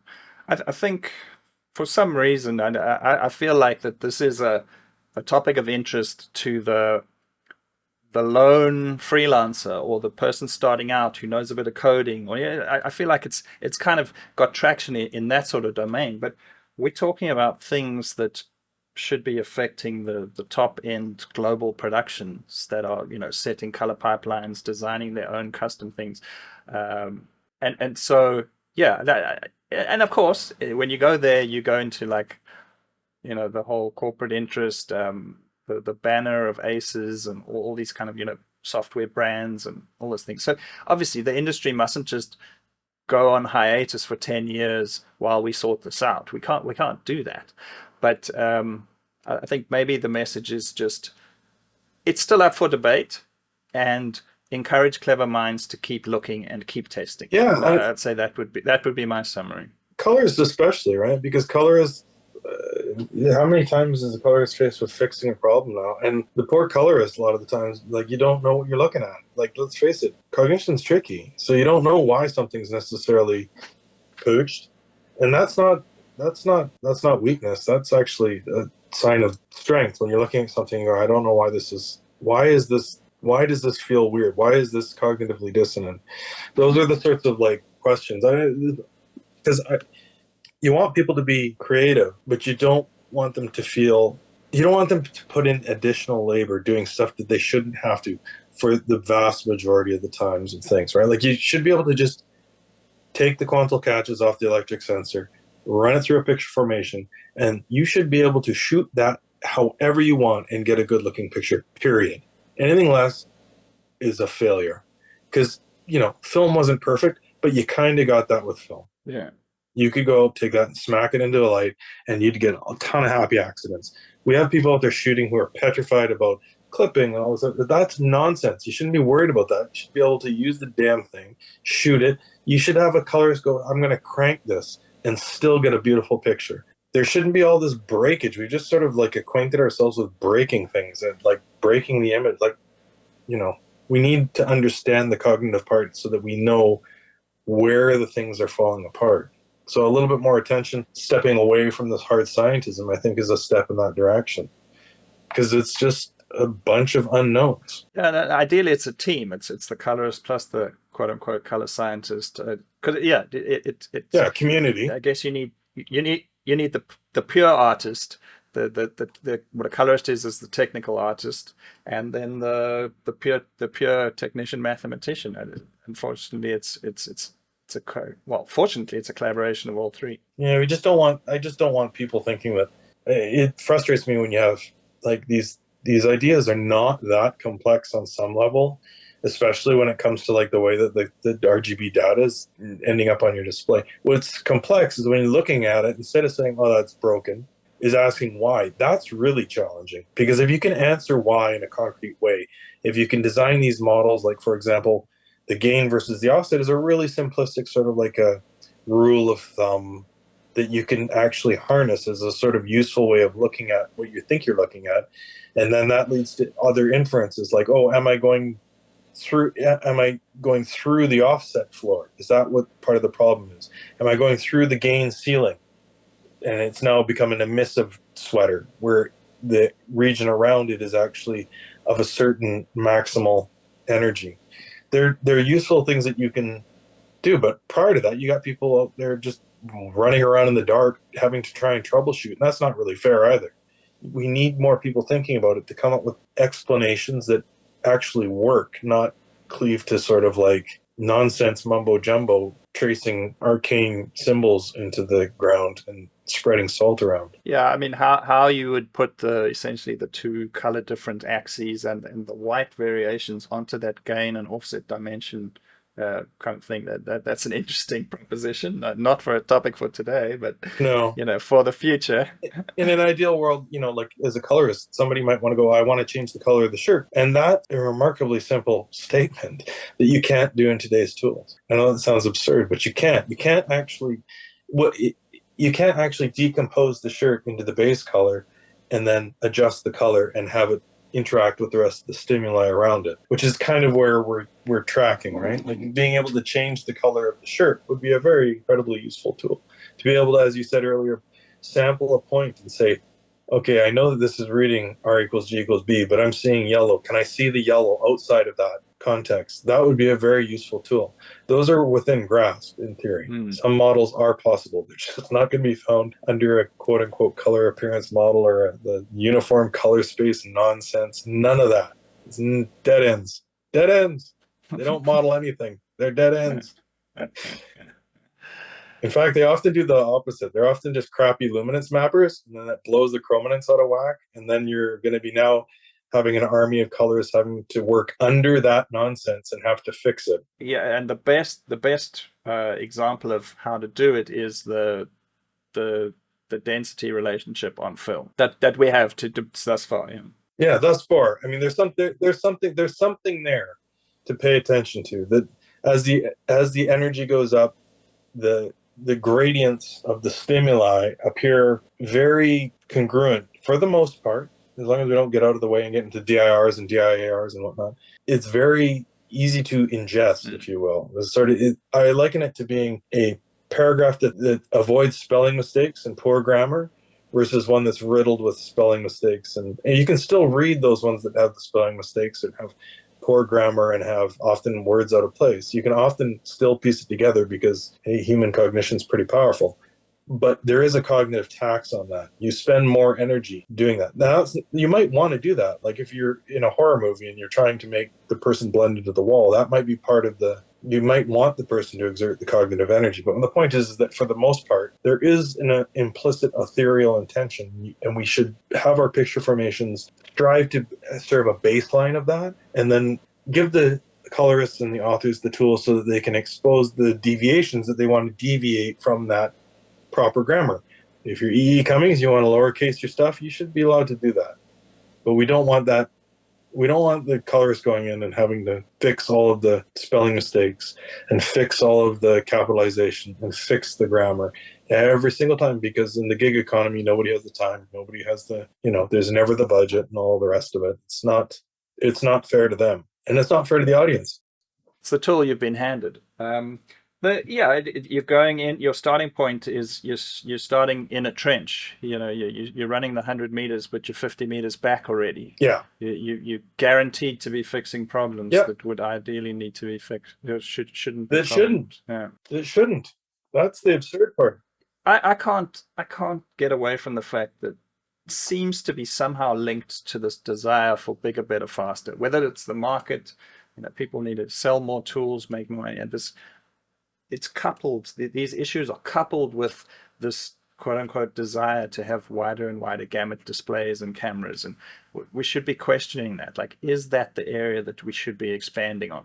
Maybe, but what does it give us? Well, I'll give you a simple question. You can almost prove your point. Just if you author something in BT 2020 and push it right out to the BT 2020 limits, and now you take it into a color managed environment, quote unquote color management, and you display it, and then you show that exact same picture non-managed. Just take the wattage values and pump them totally quote unquote color managed to the same display, and ask your average person on the street which picture looks better.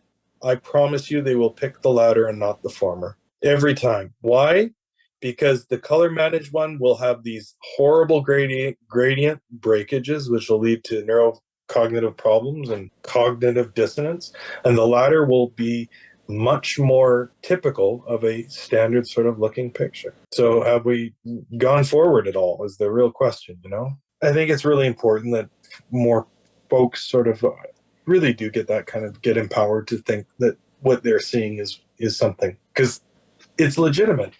There's no amount of scientism out there that's going to fix where we're at. We need more people thinking about it. Can't be putting blind trust in resolved color management or these other things that don't work. We got to be like more people thinking, because at some point we will get to that place if we have more minds thinking about the problem. What the digital camera gives you is it's a membrane, and it's within a range. It's a domain, and you're going to make an image on a certain monitor. The monitor is another domain, and for starters, just take that camera membrane and stick it exactly to the maximum of the monitor membrane. Then, without pushing things over the edge unless you want to. Just distort how it sits within that thing with some nice smooth distortions. It's quite an interesting, like a physical molding of clay way of thinking of what you're doing with the image. Yeah, well, the camera sensor, you got to remember, literally the difference, because there's no density. It's actually gain dimension only, right? Right. Which is an interesting way of thinking about it, because all it can do is scale the energy up or down. It doesn't attenuate the colorimetric purity because that dimension doesn't exist. So that works all well and good. You can, in fact, if you're very, very, very incredibly careful, you might be able to squeeze the picture out this gain dimension only. But the moment that you have something that is now like outside of that limited bounds of the gain dimension, you got a big problem, right? And then that's essentially like kind of the essence of why moving pictures, you don't typically do auto exposure. You would fade it over an iris pull over a given length of time on a move or something. And we actually like that, right? We like the ability to push that limit. So thinking of the sensor, again, looping back to the gain versus offset, you can actually sort of see how these mediums are very different in that arguably the digital sensor is more of a measurement instrument than the film camera was. The film camera was an algorithmic painter of sorts. Right. And now that you have the measurements, you have to actually make the picture. So it's kind of missing that key step, even though for most folks, they don't realize that. Okay, then we just have to do digital film outs. Well, you look at all the rage in, what is it? Dye emulation and print emulations and all that. There's a reason some of those, the better quote unquote LUTs hold up, because they have a portion of that in there. They still often break. And I think most folks who at least are vaguely familiar with some of the cognitive things going on, they'll be able to spot where it's breaking and why it's breaking a little bit more easily. But there's a good reason that those are picked, right? Like that's trying to avoid, it's working around the harder question by just using a 2383 LUT if you have a really, really well engineered one, which is rare. But it's sort of kicking the can, like you were saying, we don't have 10 years to figure this. Well, oddly we do, because we're living in an era of streaming services cranking out a lot of really gnarly looking stuff. So I think we have all the time in the world. We could start trying to think about things, because all of this technology has yielded what I'm looking at on streaming services, and that it worries me a little bit. There's some wonderful stuff, but getting more complicated, not getting more simple. Getting more tech savvy and more technological and more scientism and worse pictures. Perfect. It's the perfect combination. Troy, I think we've hit it. We've hit it from many angles today. We've hit it. Yeah, that was a long one. But very, very solid. We stuck to our track, and I'm impressed. I hope you'll be able to piece it all together in the end. No, I mean, fuck the podcast. It's becoming clearer to me. That's what I'm happy about. Yeah, that's the podcast thing is one thing. It's a good chat in the end, because those are more important than the other things. It's been a good chat. I hope we get to do them again. Definitely. Thanks so much for your time, Troy. All right. You be well, sir. We'll chat soon, okay? Cool, man. Cheers. Bye-bye. Bye-bye. Thanks again for listening to the Color Mentor podcast. I hope you enjoyed it as much as I did. You can leave comments on Patreon or Instagram. The Instagram handle is color.mentor. And remember to head over to the Color Mentor page on patreon.com and check out the goodies there. We'll see you next time.